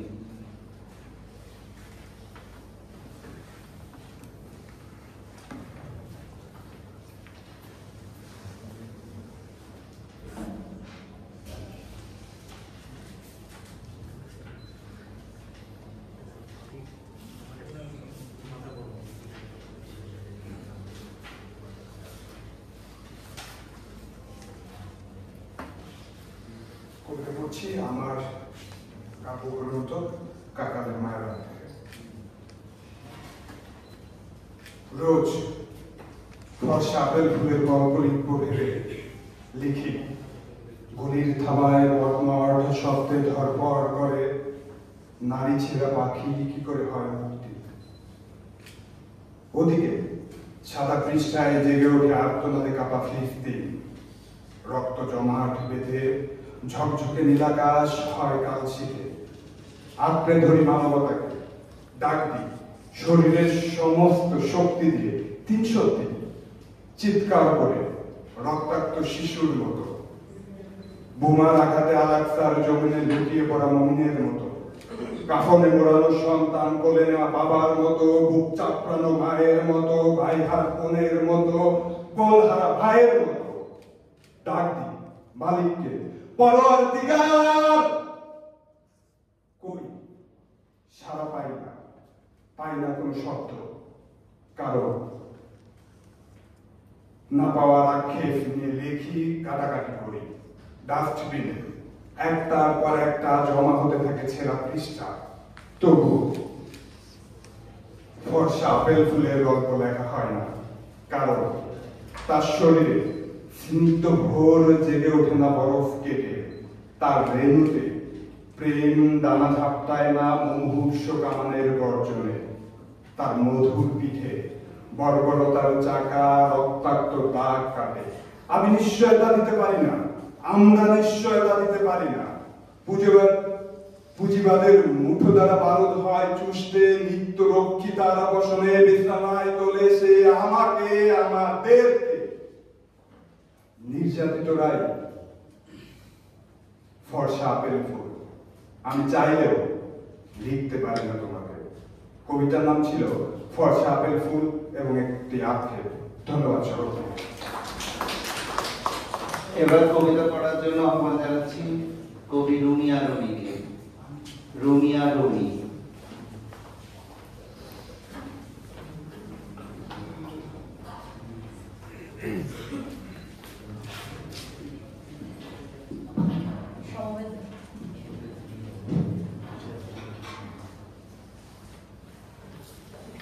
সমবেত শ্রোতা, আরেকটা ভয়াবহ যুদ্ধের দর্শক আজ আমরা। আমাদের সময়ের সবচেয়ে সংকটময় দিনে আমি আজ যে কবিতা বলতে এসেছি নাকবা দিবস স্মরণে, বিশ্বাস করুন আমি এই কবিতা লিখতে চাইনি, পূর্ণ ক্যাবলার কসম, আমি কোনোদিনও এই কবিতা লিখতে চাইনি।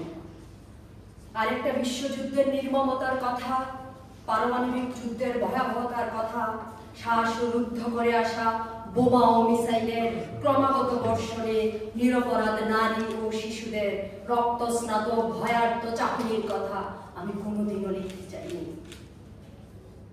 কোনো পরাশক্তি আমার হাতে নেই, কোনো বোমা নাই, রকেট নাই, পিয়নো নাই, আরবিক নাই, কোনো পরাশক্তি আমার হাতে নাই, কোনো শান্তিরক্ষী বাহিনী আমার হাতে নাই।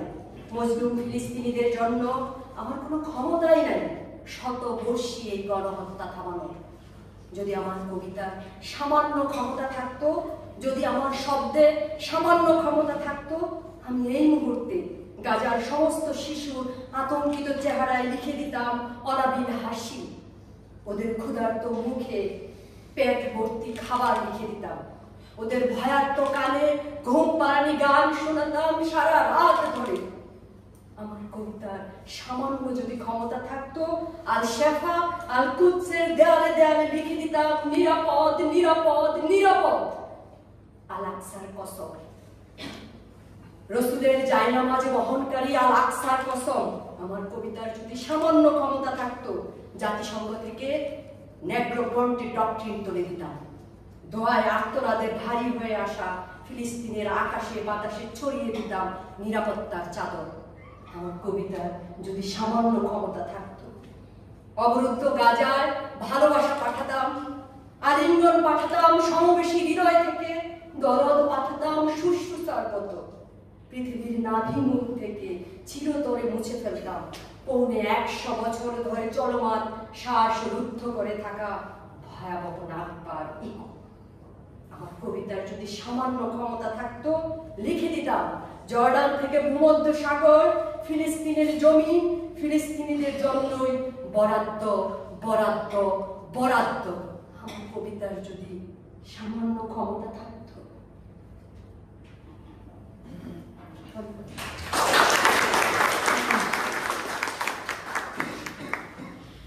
আবারও কবিতা পড়ার জন্য ডাকছি কবি শৈবাল নূরকে। কবি শৈবাল নূর।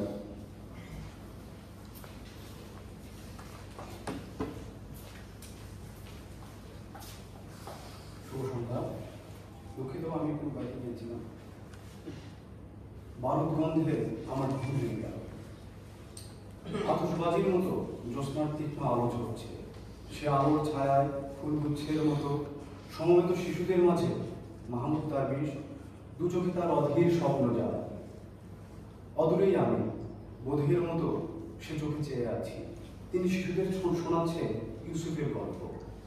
তিনি বলছেন ইউসুফের ভাইরা তাকে পাথর ছুঁড়ে মারত, অপমানের বন্যায় ভাসিয়ে দিত, তাকে বিতাড়িত করেছিল তার পিতার জমিন থেকে, বিষে ভরিয়ে দিয়েছিল তার আঙুর বাগান। বই চলা বাতাস ইউসুফের চুল নিয়ে যখন খেলত, তার ভাইরা হিংসা ছুঁড়ে মারত। যখন প্রজাপতি ঘুমাতে ইউসুফের কাঁধে আর মাথা নত করতো গম খেয়ে, আর পাখিরা তার মাথায় এসে বসত, তার ভাইরা তাকে অন্ধকুয়ায় ফেলে দিল আর রটিয়ে দিল মিথ্যে নেকড়ের কাহিনী। ইউসুফ তার পিতাকে শুধু জিজ্ঞেস করেছিল, আমি তাদের কি ক্ষতি করেছি? চকচকে চোখে সমবেত শিশুদের যখন গল্পের চকচকে চোখে সমবেত শিশুরা যখন গল্পে বিভোর, অকস্মাৎ 11টি গ্রহ, চন্দ্র ও সূর্য বিস্ফোরিত হলো দারবিশের নেত্রে, আর ছায়াকে জেগে উঠল আকাশে। আমাকে অতল কুয়া ভেবে সকল শিশুকে বুকে আগলে দারবিশ ঝাঁপ দিলেন। মাহমুদ দারবিশের চোখ নিয়ে আমার ঘুম ভেঙে গেল। ধন্যবাদ। এবার কবিতা পড়ার জন্য ডাকছি সঙ্গীত শিল্পী ও কবি অরূপ রানীকে। কবি অরূপ রানী।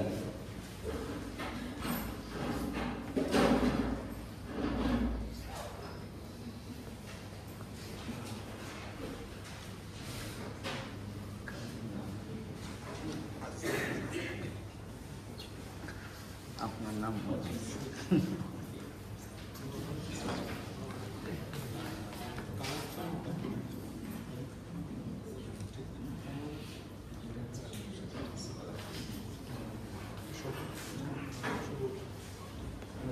শুনতে আসছিলাম।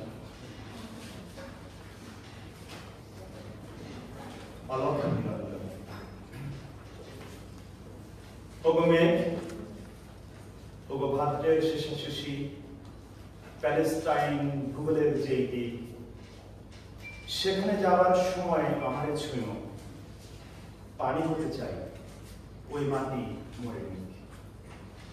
নদী সরোবর জলধি তোমারে ডাকি, তুমি তো আসো ব্রহ্মপুত্র আরো কত কত নামে গাইবান্ধার বুকে, আসামের থেকে আরো আরো উজানে কত কত প্রাণ, মানুষ কি শুধু নাকি।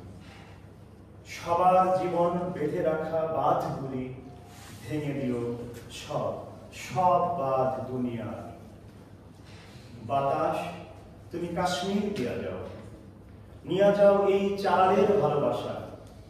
উপত্যকার মানুষেরা যদি নেয় এইটুকু, শুধু এইটুকু মনে আসা, এইটুকু শুধু এইটুকু মনে আসা। লুসাই পাহাড়, কর্ণফুলীর ধারা, লোগানের স্মৃতি লিখে যাবে সবখানে।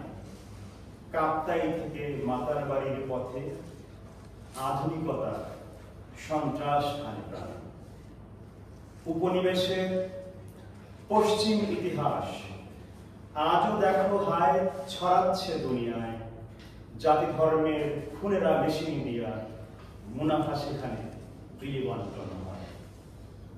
ওগো হিমালয়, সাইবেরিয়ার হিম, মায়া অ্যাজটেক, সাহারার সংসার, কিলিমানজারো, অ্যান্টার্কটিকা জুড়ে যুদ্ধবাজের কাটাতার দরকার, ইত্যাদি ইত্যাদি। ধন্যবাদ কবি অরূপ রানীকে। এবার কবিতা পড়ার জন্য আহ্বান জানাচ্ছি কবি সাখাওয়াত টিপুকে। কবি সাখাওয়াত টিপু।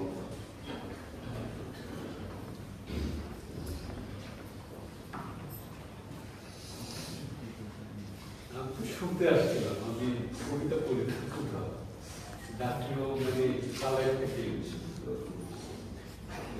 এবারে গাজা যখন হামলা হয়, দুটি কবিতা খুব জনপ্রিয়। তার মধ্যে হচ্ছে একজন ইসরায়েলি কবি, তার নাম হচ্ছে আমিরও, এবং এটা সবচেয়ে বেশি শেয়ার হয় আর কি। উনি সম্মত আছেন এখন ভারতে কোনো একটা ফেলোশিপের ইয়ের মধ্যে আছে। তার একটা কবিতা, যে কবিতাটা সবচেয়ে আলোচিত হয় ওই সময়, যুদ্ধবিরোধী কবিতা। আমার অনুবাদে এই কবিতার শিরোনাম হচ্ছে সূর্যোদয়ের 7 লাইন। আর সব সত্য জীবন, সব সত্য ভালোবাসা, আশার জগতে আমরা সত্যিই দেখতে পাবো হৃদয়ের খোলা দরজা। তারপর আমরা হাঁটবো এই পথে এর মোহিত সৌন্দর্যে।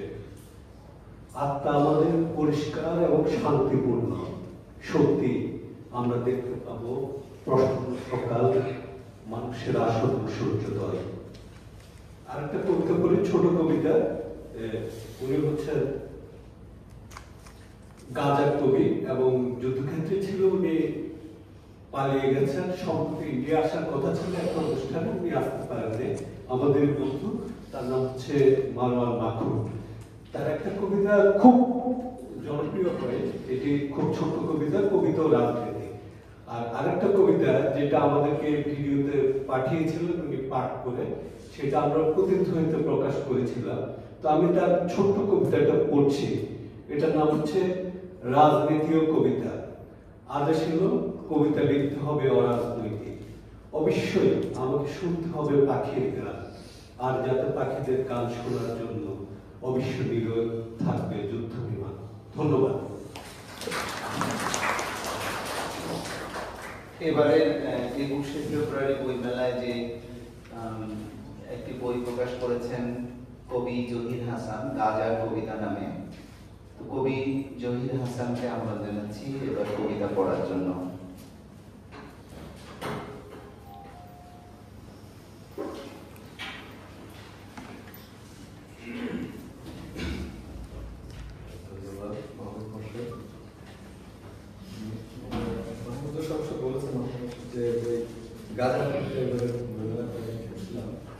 সেখানে আপনাদের কভারটা একটু দেখাতে আমার ইচ্ছা হচ্ছে, যে একেবারে গাজার রাধু অবস্থায় এখানে পিছনেও আমি কিছু বইটা এবং এখানকার যে আর্টিস্টরা ছবিগুলো আছেন তাদের সাথে আমি ফেসবুক তাদের সাথে অনুমতি নিয়ে ছবির এই কথাগুলো করছিলাম। এখানে বইয়ের 7জন কবিতা অনুবাদ করছিলাম, তার ভিতরে রিফাত আলাদিয়ার ছেলে হিবা আবনাদা, ওরা দুজন তো গাজায় শহীদ হয়েছেন। ছোট্ট মুসাব আবুতোহা, ওরা দুটা অনেকগুলা পৃষ্ঠা মতো কবিতা নিয়ে বই রাখছিলাম, কারণ উনি এখনো আমেরিকাতে আছেন জীবিত। ওনার ফেসবুক ফলোয়ার আমি, এবং ওনার সবসময় ওনার ফেসবুকে গেলে গাজার যে আপডেটটা সেটা সবসময় তার ফেসবুকে পাওয়া যায়, এই জন্য ওনাকে আমি অলওয়েজ ফলো করি।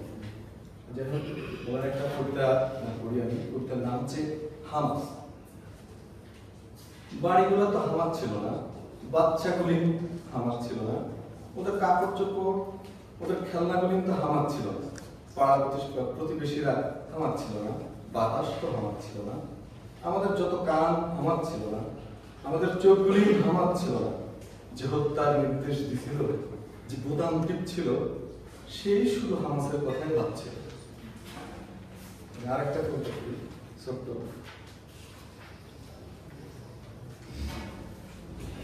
সেটা হচ্ছে ফিলিস্তিনের রাস্তাগুলি। আমার শহরের রাস্তাগুলির নাম নাই, কোন ফিলিস্তিনি ড্রোনে বা স্নাইপার কাউকে হত্যা করলে আমরা তার নামে রাস্তার নাম রাখি। শিশুরার সংখ্যা পরিচিতি শিখে এইখানে সবচাইতে সুন্দর ভাবে। যখন তারা গুনে কতগুলি বাড়ি স্কুল ধ্বংস করা হয়েছে, কতজন বাপ কতজন মা আহত হয়েছেন, কতজনরা জেলে বসছে, বয়স্করা ফিলিস্তিনে তাদের আইডিগুলি খুলি খুলি দেখে তারা কারা, পাশে তারা ভুলে না যায়। ধন্যবাদ। জলিল ভাইকে ধন্যবাদ গাজা নিয়ে একটি কবিতা সংকলন এবারে বইমেলায় প্রকাশ করার জন্য। এটা খুব জরুরি ছিল। শাহেদ ভাইও একটি বই প্রকাশ করেছেন, যে বই থেকে এটি পড়েছেন। আমরা যখন এই আয়োজনে ডাক দিই তখন সিনিয়র কবিদের মধ্যে কারা উপস্থিত থাকবেন সেটা নিয়ে ভাবছিলাম। তো কাজলদাকে আমি ফোন দিয়েছিলাম, আমাদের সিনিয়র কবি এবং গল্পকার ঔপন্যাসিক কাজল শাহনওয়াজ। তো তিনি আমাকে অবাক করে দিয়ে বলেছিলেন যে আমি তো অবশ্যই আসবো এবং আমি কবিতাও লিখছি। তো এটা ছিল খুবই খুশির সংবাদ, কারণ কাজলদা, সাজেদ ভাই এরাই এখন আমাদের সিনিয়র কবি। সৈয়দ তারিক ভাইকে বলেছিলাম, উনি একটা কাজের জন্য আটকা পড়েছেন। আর বাকি যারা আরো সিনিয়র যারা, তারা আসলে এক ধরনের চলার শক্তি হারিয়ে ফেলেছেন এরকম বলা যায়। তো এবার কাজলদাকে আহ্বান জানাচ্ছি কবিতা পড়ার জন্য। কবি কাজল শাহনওয়াজ। কবি কাজল শাহনওয়াজ।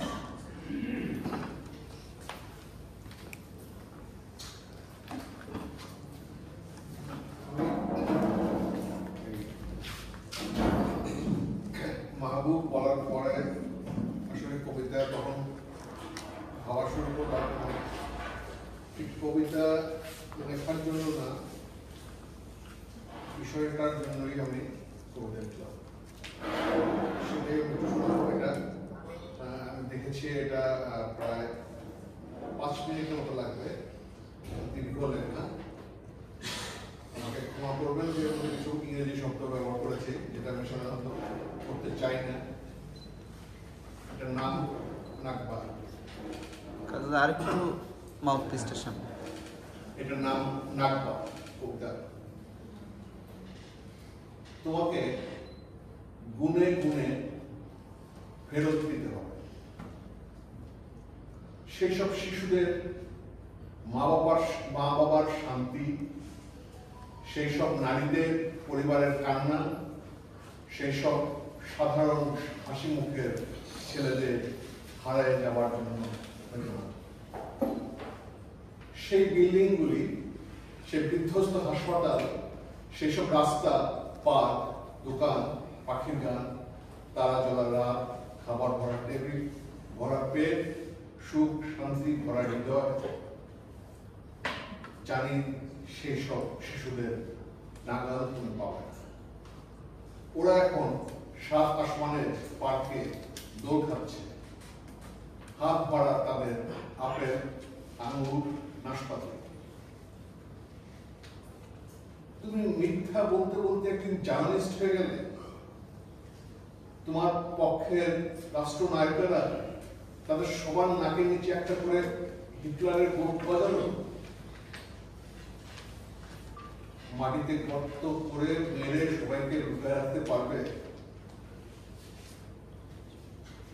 শিশুরা এখন তোমাদের পতাকা মাটিতে ফেলে পালায় যাচ্ছে। পৃথিবীর সবচেয়ে নির্বোধেরাই এখন তোমাকে সমর্থন দেয়। তোমরা জার্নালিস্টরা এখন নীতিহারা বেরুন, এক একটা টানেল খোঁড়া লাশ খাওয়া জন্তু। ফিলিস্তিনিদের একটা স্বাধীন দেশ হোক, একটা স্বৈরতন্ত্রের খাওয়ামুক্ত স্বদেশ।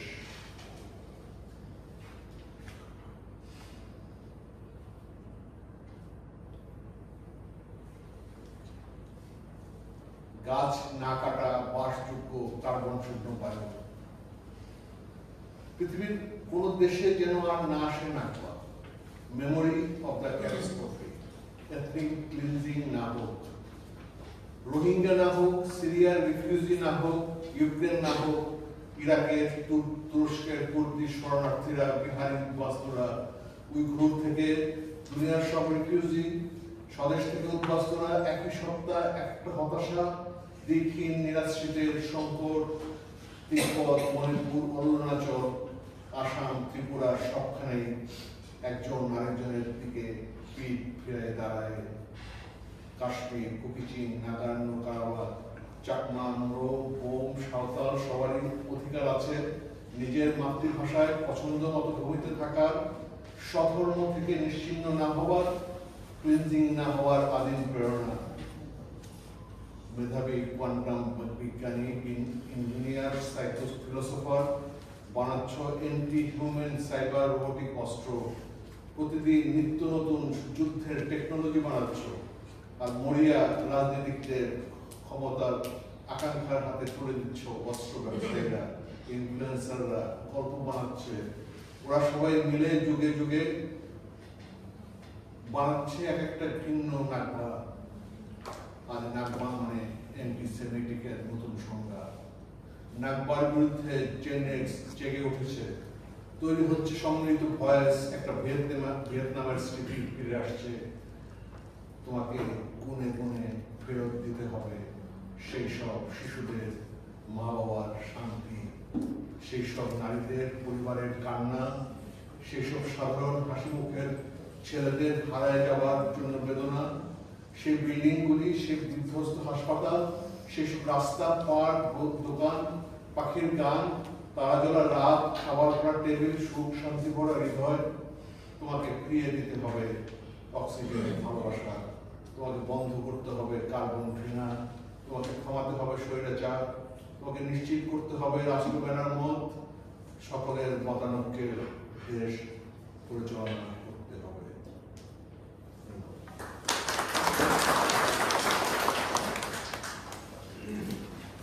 আমরা প্রায় শেষ দিকে চলে এসেছি এবং আমরা এই আয়োজনটি শেষ করব অবশ্যই ফিলিস্তিনের কবিতা দিয়ে।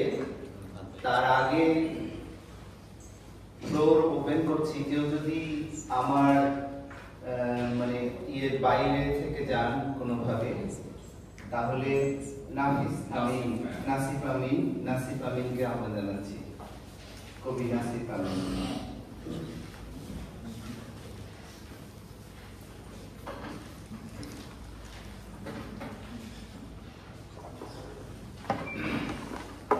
আমি লিনা খালাফ তুফাহার একটা কবিতা অনুবাদ করেছিলাম 2017 সালে ওয়াটার অ্যান্ড সল্ট কাব্যগ্রন্থ থেকে। এটা একটার টাইটেল ছিল হলো রানিং অর্ডার্স। আমি অনুবাদ করেছি পালাবার নির্দেশ। এখন ওরা কল করে, বোম ফেলার আগে আগে বেজে ওঠে টেলিফোন। আমার ডাক নাম জানে এমন একজন বলে দেবী বলছে, একদম খাস আরবি। বোমা ফাটার শব্দে আর ঝনঝন কাজ ভাঙার মিনাদে বেঘোর মাথার ভেতর একটা প্রশ্নই জাগে, গাজায় থাকে এমন নিবিড়ের সাথে চেনা জানা কি আছে আমার? আর এখন ফোন করে ওরাও বলে পালা। এই বার্তা শোনার পর মাত্র 58 সেকেন্ড হাতে তোমার বাড়িটায় জানবে পরবর্তী শিকার। তারা ভাবে যুদ্ধকালীন ভদ্রতা হিসেবে তোমাকে অন্তত এটুকু জানানো দরকার। পালাবার কোনো জায়গা থাকুক না থাকুক, এসবে কিছু এসে যায় না, কিছুই এসে যায় না। যদিও বন্দি সীমান্তে আটকে ফেলবার কাটাতা সরকারি কাগজপত্র যাই থাকুক সবই অর্থ শূন্যসার। আর তোমাকে সাব্যস্ত করা হয় যাবজ্জীবন কারাদণ্ডে। সমুদ্র দিয়ে ঘিরে ফেলা এই কারাগারে গলি সব যেখানে সরু হয়ে আসে, যেখানে আরো কিছু মনুষ্য প্রাণ অন্য যে কোনো জায়গার চেয়েও বেশি একে অন্যের উপর গা মেরে ঠাসাঠাসি, এর মধ্যে পাল। আমরা তোমাদের মারতে চাইছি না, তবে এটা কোনো ব্যাপারই না যে তোমরা আমাদের কল করতে পারছো না। অন্তত এটা বলতে যে আমরা যাদেরকে খুঁজছি তারা তোমাদের বাসায় নাই, কেউ নাই। আছে কেবল তুমি আর তোমার সন্তানেরা, যারা আর্জেন্টিনার নামে উল্লাসে মাতোয়ারা। ভাগ করে নিচ্ছিলে সপ্তাহের শেষ দিন, আর খেতে খেতে গুনে নিচ্ছিলে মোমবাতি, যেন আলোর বন্দোবস্ত থাকে, যদিও বা আচমকা চলে যায় ইলেকট্রিসিটি। এটা কোনো ব্যাপারই না যে তোমাদের সন্তান আছে। আসলে তোমরা স্রেফ একটা ভুল জায়গায় থাকতে, আর এখন সুযোগ এসেছে পালাতে। এখন সুযোগ এসেছে পালাতে পারো যে কোনো দিকে। এটা কোনো বিষয় না যে তোমার বিয়ের অ্যালবাম অথবা তোমার ছেলের প্রিয় কম্বল খুঁজতে, অথবা তোমার মেয়ের প্রায় পূরণ হয়ে যাওয়া বিশ্ববিদ্যালয়ের দরখাস্ত খুঁজতে, অথবা তোমার জুতা খুঁজতে, অথবা ঘরের ভেতর সবাইকে জড়ো করতে 58 সেকেন্ড যথেষ্ট দীর্ঘ নয়। এটা কোনো বিষয় না তোমার পরিকল্পনা কি ছিল। এটা কোনো বিষয় না তুমি আসলে কে। প্রমাণ করো তুমি মানুষ, প্রমাণ করো তুমিও দুপায়ের উপর দাঁড়িয়ে। দেখি এবার পালাও। ধন্যবাদ নাসির ফারুনকে। আমরা একদম শেষ দিকে এসেছি। আশা করি যারা সংহতি জানাতে এসেছেন, কবিতা পড়তে এসেছেন, কেউ বাদ পড়েননি আমার ভুলে। আমরা আসলে শেষ দিকে কাজলদা এবং সাজাদ ভাইকে দেখেছি, এবং সাজাদ ভাই আমার জানা মতে সাজাদ শরীফ ফিলিস্তিন নিয়ে কবিতা লেখেননি, তবে দীর্ঘদিন ধরে তিনি কবিতা অনুবাদ করছেন। তো পরিকল্পনা অনুযায়ী আমার মাথায় একটা খসড়া ছিল যে ফিলিস্তিনের কবিতা দিয়েই শেষ করব। তো এখন কবিতা পড়ার জন্য আহ্বান জানাচ্ছি কবি সাজাদ শরীফ। কবি সাজাদ শরীফ।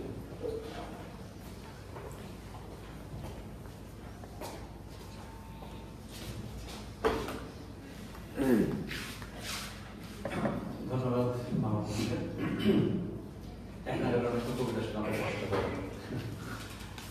তবে আসলে খুব আমাদের রাষ্ট্রে উত্তেজিত হয়েছে, কারণ আমাদের রাষ্ট্র কৌশল খুব ভালো মতো আমাদের এখানে রাজনীতি হত্যা করেছে এবং বিবেক হত্যা করেছে, সবই হত্যা করেছে। কারণ সারা পৃথিবীতে যখন ছাত্ররা রাস্তায় বেরিয়ে পড়েছে, ইউনিভার্সিটিগুলোতে ক্যাম্পাস করছে, পুলিশের মুখোমুখি হচ্ছে, পীড়নের শিকার হচ্ছে, আমাদের এখানে সব স্তব্ধ। তো সেখানে নাগরিক বসে যে কবিতা এবং ফিলিস্তিনের সূত্রে অনেকে এসেছেন এবং যারা ভাষা নিয়ে কাজ করে, সাহিত্য নিয়ে কাজ, আমি শুধু কাজল এবং আমি প্রতি বয়োজ্যেষ্ঠ কবিতা শোনাচ্ছি দুর্ভাগ্যজনকভাবে। আর অনেক আশা ছিল বলে মনে করি। যাই হোক, আমি অবগত হয়ে এসেছি। আর কবিতার সূত্রে মানে বলা ভালো এই কারণে যে ফিলিস্তিন ভাষা কবিতা যদি ভবিষ্যতের ভাষা হয়, তাহলে ফিলিস্তিনের সাথে আমরা ভবিষ্যতের ভাষায় কথা বলতে চাই এবং এই বর্তমানকে আমরা অস্বীকার করি। মাহমুদ আরশের কবিতা থেকে পড়ছি।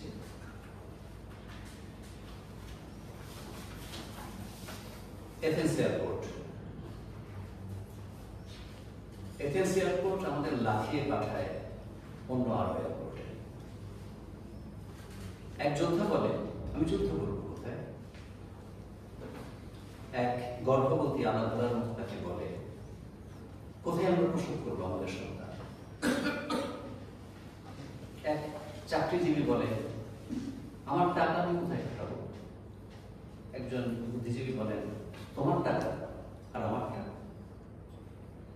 শুল্ককর্তারা বলেন, তোমরা কোথেকে এসছো?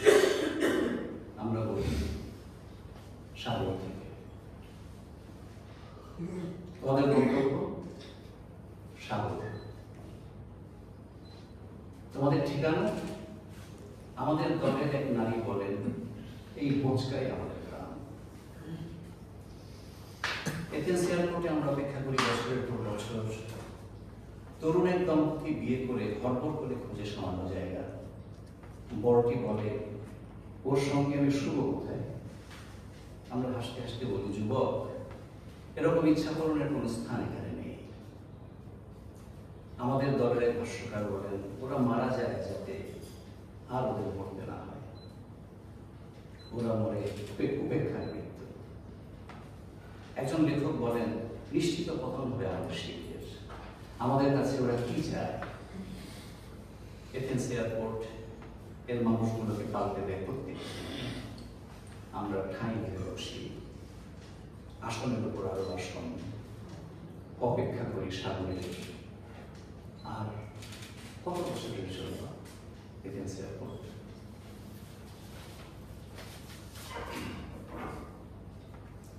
পৃথিবী বন্ধ হয়ে যাচ্ছে আমাদের সামনে। পৃথিবী গুটিয়ে আসছে আমাদের চারপাশে, আমাদের ঠেলে দিচ্ছে তার শেষ গুলিতে। আর সামনে বাড়ার জন্য আমরা ছেড়ে ফেলছি আমাদের ধর। পৃথিবী চেপে ধরেছে আমাদের। আমি ভাবি, আমরা এর গম হলে মরে গিয়ে বেঁচে উঠতাম আবার। আমি ভাবি, পৃথিবী ছিল আমাদের মা, আমাদের প্রতি তাই সে হবে দয়াবতী। আমি ভাবি, আমাদের স্বপ্নগুলো দর্পণের মতো বয়ে নেওয়ার জন্য আমরা ছিলাম পাথরের উপর ছবি। আত্মার শেষ প্রতিরক্ষায় আমাদের শেষ কজনের হাতে যারা প্রাণ হারাবে তাদের চেহারা আমি দেখেছি। আমরা চেয়েছি তাদের শিশুদের ভোজসভায়, তাদের চেহারা আমরা দেখেছি আমাদের শিশুদের যারা ছুড়ে ফেলবে এই শেষ মহাশূন্যের চাঁদা। আমাদের তারাপুঞ্জ ছড়িয়ে রাখবে দর্পণ। শেষ সীমান্তের পর কোথায় যাব আমরা? শেষ আকাশের পর কোথায় উঠবে পাখি? শেষ বাতাসের শ্বাস নেওয়ার পর কোথায় ঘুমাবে গাছপালা? লাল বাসায় আমরা লিখে রাখবো আমাদের নাম। আমাদের শরীর দিয়ে রুদ্ধ করার জন্য আমরা কেটে নেব গানের হাত। এখানে বলবো আমরা এই শেষ গলিতে, এখানেই আমাদের রক্ত ধুয়ে দেবে তার জলপাই গাছ।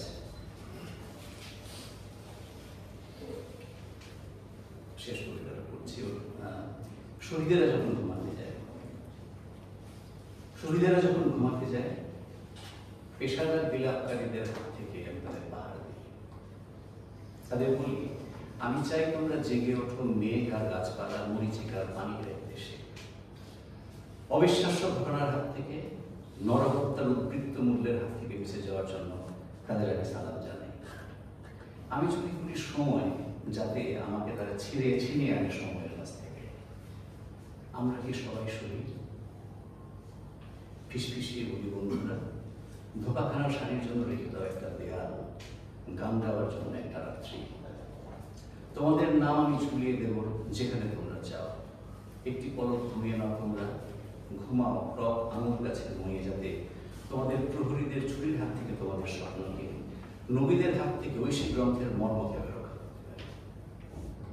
আজ ঘুমোতে যাওয়ার আগে তোমরা তাদের গান গাও, যাদের কোনো গান নেই। তোমাদের বলছি, আমি চাই তোমরা জেগে ওঠো এক দেশে, আর তাকে পেঁটে ছেড়ে তুলে নটকন্দের মাটি করার পিঠে। ফিসফিসিয়ে বন্ধুরা, কখনোই তোমরা আমাদের মতো হয়েও না, অজানায় হাসি কাঠের রুচ্ছ।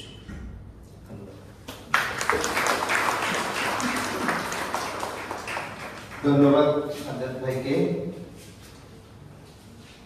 যারা এতক্ষণ এই রুমে শহীদদের ছবি এবং তাদের নাম সাক্ষী রেখে কবিতা পড়লেন, কবিতা শুনলেন, সংহতি জানালেন। সবাইকে দৃক এবং বঙ্গীয় সাহিত্য সভার পক্ষ থেকে আন্তরিক ধন্যবাদ জানাই।